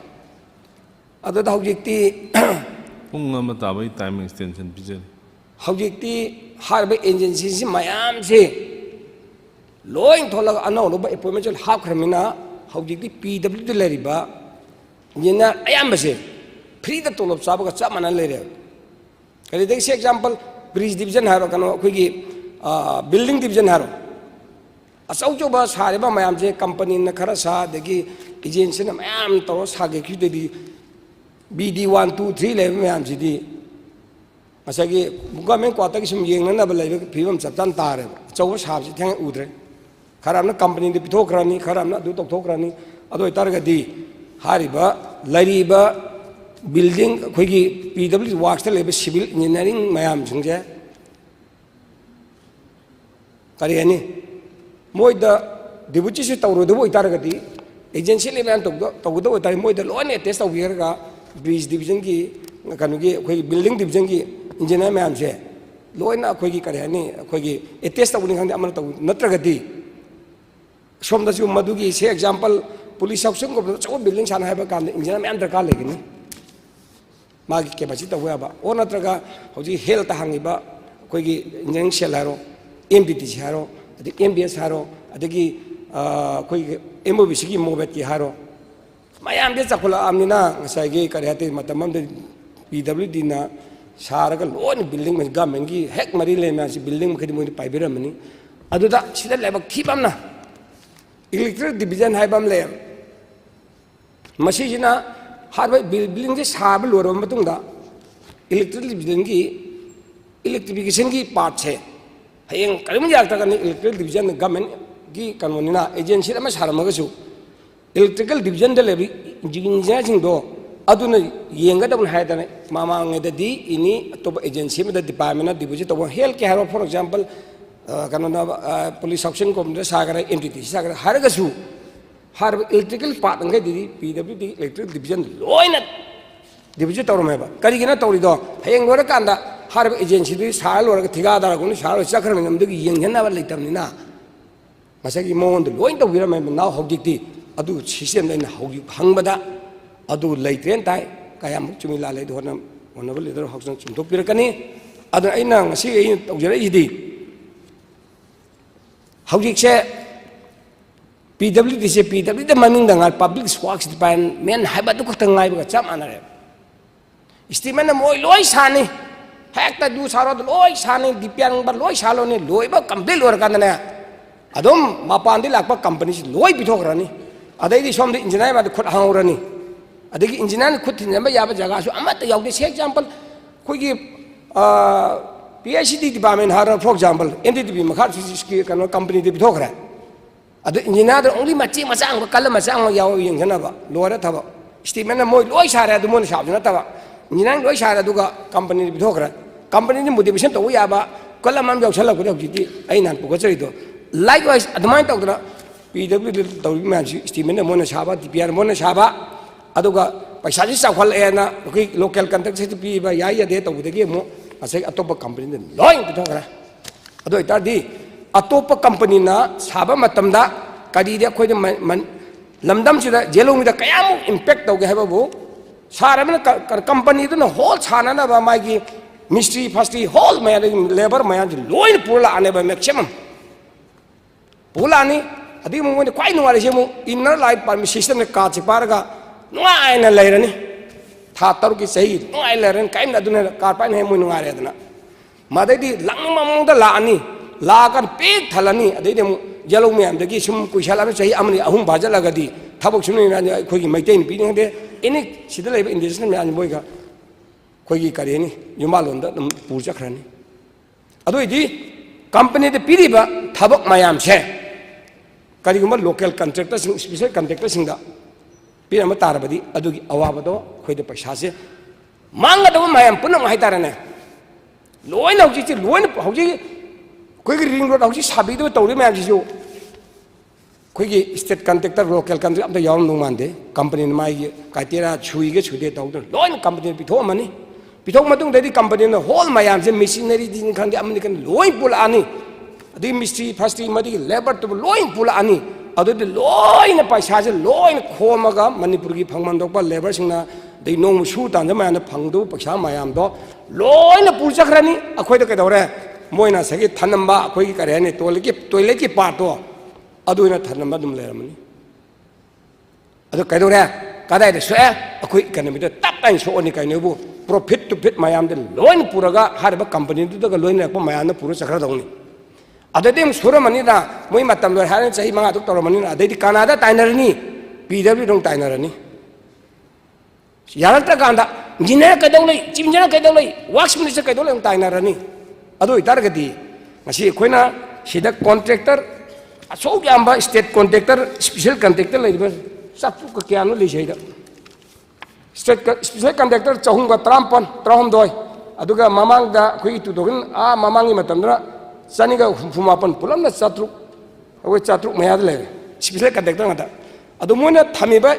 कॉन्ट्रैक्टर से लुपा लाख मंगादी तादे डिपोजिट से हौजे बुद स्पेशल कॉन्ट्रैक्टर थबक से मैक्सिमम पीद्रे हारे कॉन्ट्रैक्ट एसोसिएशन हान खबर द कागज त यावी अदो तादि मोइगा लोइनरी बा स्पेशल कॉन्ट्रैक्टर मा काबा कांदा करी संगे मोइद मशीनरीज की ड्रोजर लेगदौनी हाइनी रोलर लेगदौनी हाइनी अदगी मागी ngaji kanoda bank da lupa su legadौनी हाइनी अदगी मागी